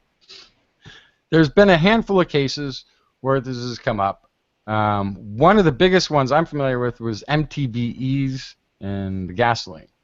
So this was an additive that was introduced into California gas because it reduced emissions. Turns out the stuff eats through the bottoms of the fuel tanks at the gas stations and leaks its way into the waterways. This is a few governors back, Gray Davis, banned it, said, okay, let's get this out of it right away. Turns out the company that makes it is out of the country, and under NAFTA, we would have had to pay something like $50 billion to this company in order to get this out of there. So instead they phased it out over a decade, which means even though we knew this was terrible for the California waterways, we kept having MTBEs in our gasoline for another decade as they slowly phased it out instead of just banning it and passing a law against it at once. So I think we still paid $5 billion or something ridiculous to this company. You know what? You mentioned a Republican I might be able to support, Paul Ryan, Speaker of the House. Because I read a couple of articles. He has said the Republicans can't simply be against things. Republicans have got to demonstrate they can actually govern. And he's been the one been trying to rein in the real right-wingers and trying to, work more with the Obama administration. Paul Ryan is a guy. He's a Republican. Has he come out and said we should nominate a Supreme Court justice? I don't think so. I don't know. I don't think so. I think Isn't that the guy, the guy who's gumming up the works? Isn't that the chairman of a committee that is supposed to start the process or something? The guy who's been against it the most I know is a Republican in charge of a committee. I don't even remember what the name of the committee is. He's the Senate whip. What's his face? The turtle. I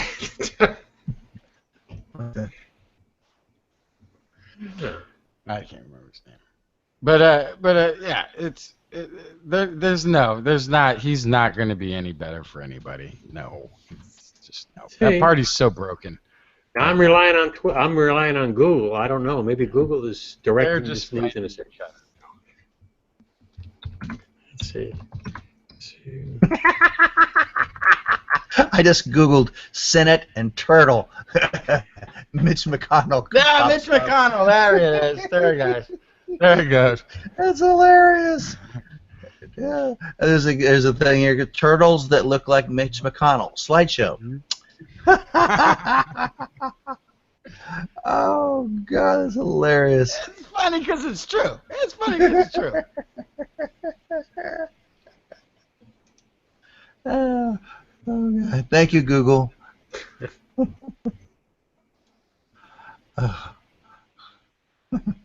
You're right. Yeah, he's against it. Ryan is saying that there's precedent for not naming a justice while the presidential campaign is going on. Okay.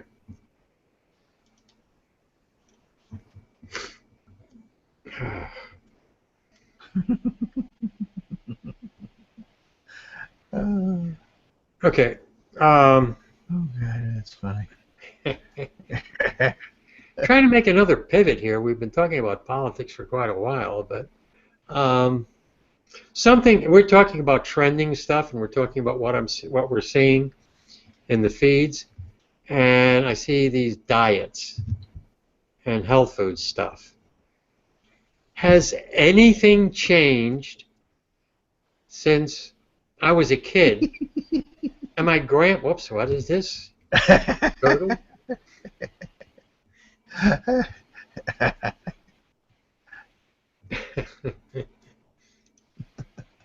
Oh, sorry, No, this go ahead. just tickles me still, but anyway. Senate Turtle, there he is. Senate Turtle.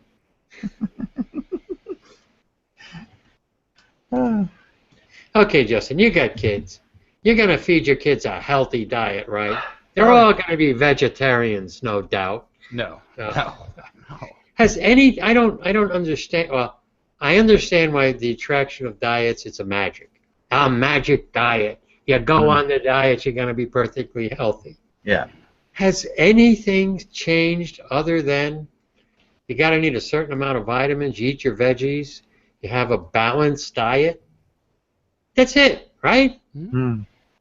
The food nuts will go for bananas and kale, magic food. Yeah, I mean, blueberries. My youngest one eats handfuls of blueberries, almonds, lots of berries. We eat a fair amount of tuna. She eats what I eat, whatever. My oldest though I think he lives off of peanut butter sandwiches and top ramen. So, but he's still growing. He's still growing somehow with that diet. I don't know. Now I'm comparing the United States to Canada, who I really love their new prime minister. I want him to be our president. But why do so many Americans believe in magic? The magic of homeopathic stuff, and Why is that? I don't. Why is magical thinking so popular in the United States?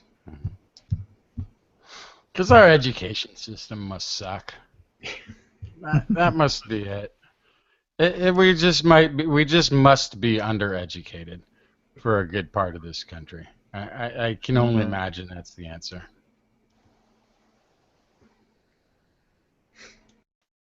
Do you think? Okay, the trend is away from, and I'm going into religion now, but the trend is more and more Americans becoming unaffiliated. That unaffiliated category. They don't belong to a church. Not necessarily atheist, but unaffiliated. Mm-hmm. But that's the trend. I've got a lot of friends who are evangelical Christians. My condolences. They're great people. I know what you mean. But the thing is, the thing is, they are the one of the groups that are not losing followers, if you will. But what I see there is their children are immersed in the religious community. Yep. I mean, the church is the center, and that's a great thing about churches, I think, is community. That's a good thing. It's the only good thing. But you see that, but that's why evangelical Christians are not losing followers, but all the Catholic Church, they're all losing followers. At what point do you think it's going to take 20, 30 years before 50% of Americans don't follow, don't believe in religious doctrine? Well, if Bernie gets elected. Trump. Yeah, maybe Trump, yeah. He doesn't. He never. Cruz plays the religious card. Cruz, oh, God.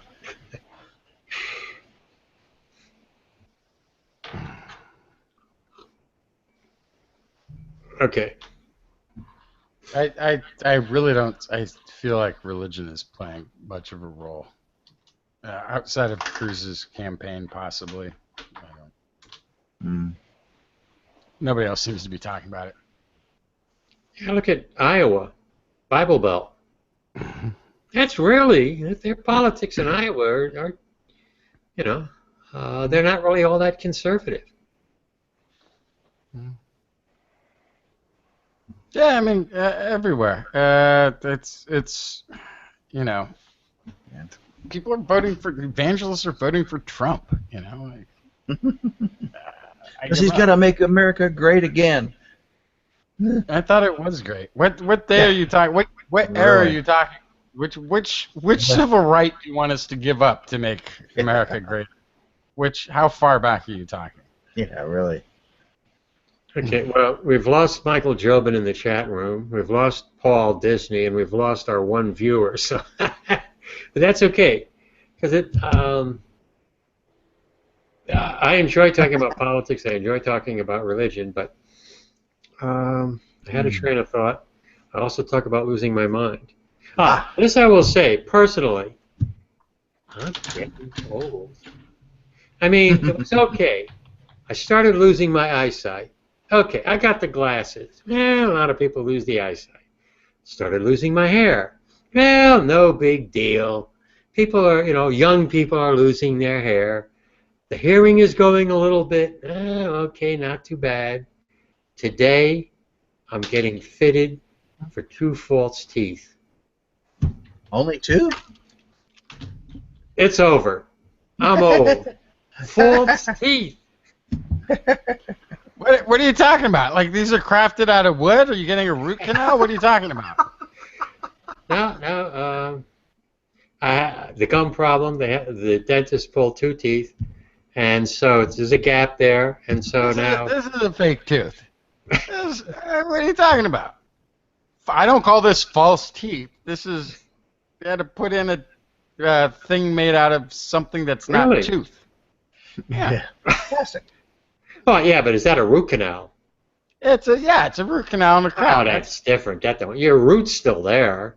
No, no, no. That's the canals. They dug out where the root was. The root's not there, but the tooth itself is in there. It's still there. It's just the inside has been. But if not, then the other option was to take that out and put a little implant Teeth thing in there. implants. Put it, Tooth it's implants still are a the fake thing. tooth. It's if you make it to the end of your life with all your real teeth, then you haven't lived long enough, right? I mean, you're supposed to outlive your teeth at this point. This is a good thing. This is normal. This means you're winning. This means you're winning in life. If your teeth outlasted you, then that's no what a good. waste. Yeah. Yeah. You had a lot of good years ahead of you still. All right, I got to crash. I got yes, preschool that's in the morning. it, I think. I'm going to get chased by children. Ooh, have fun. I know. Good night. Okay, good night. Time to stop the broadcast.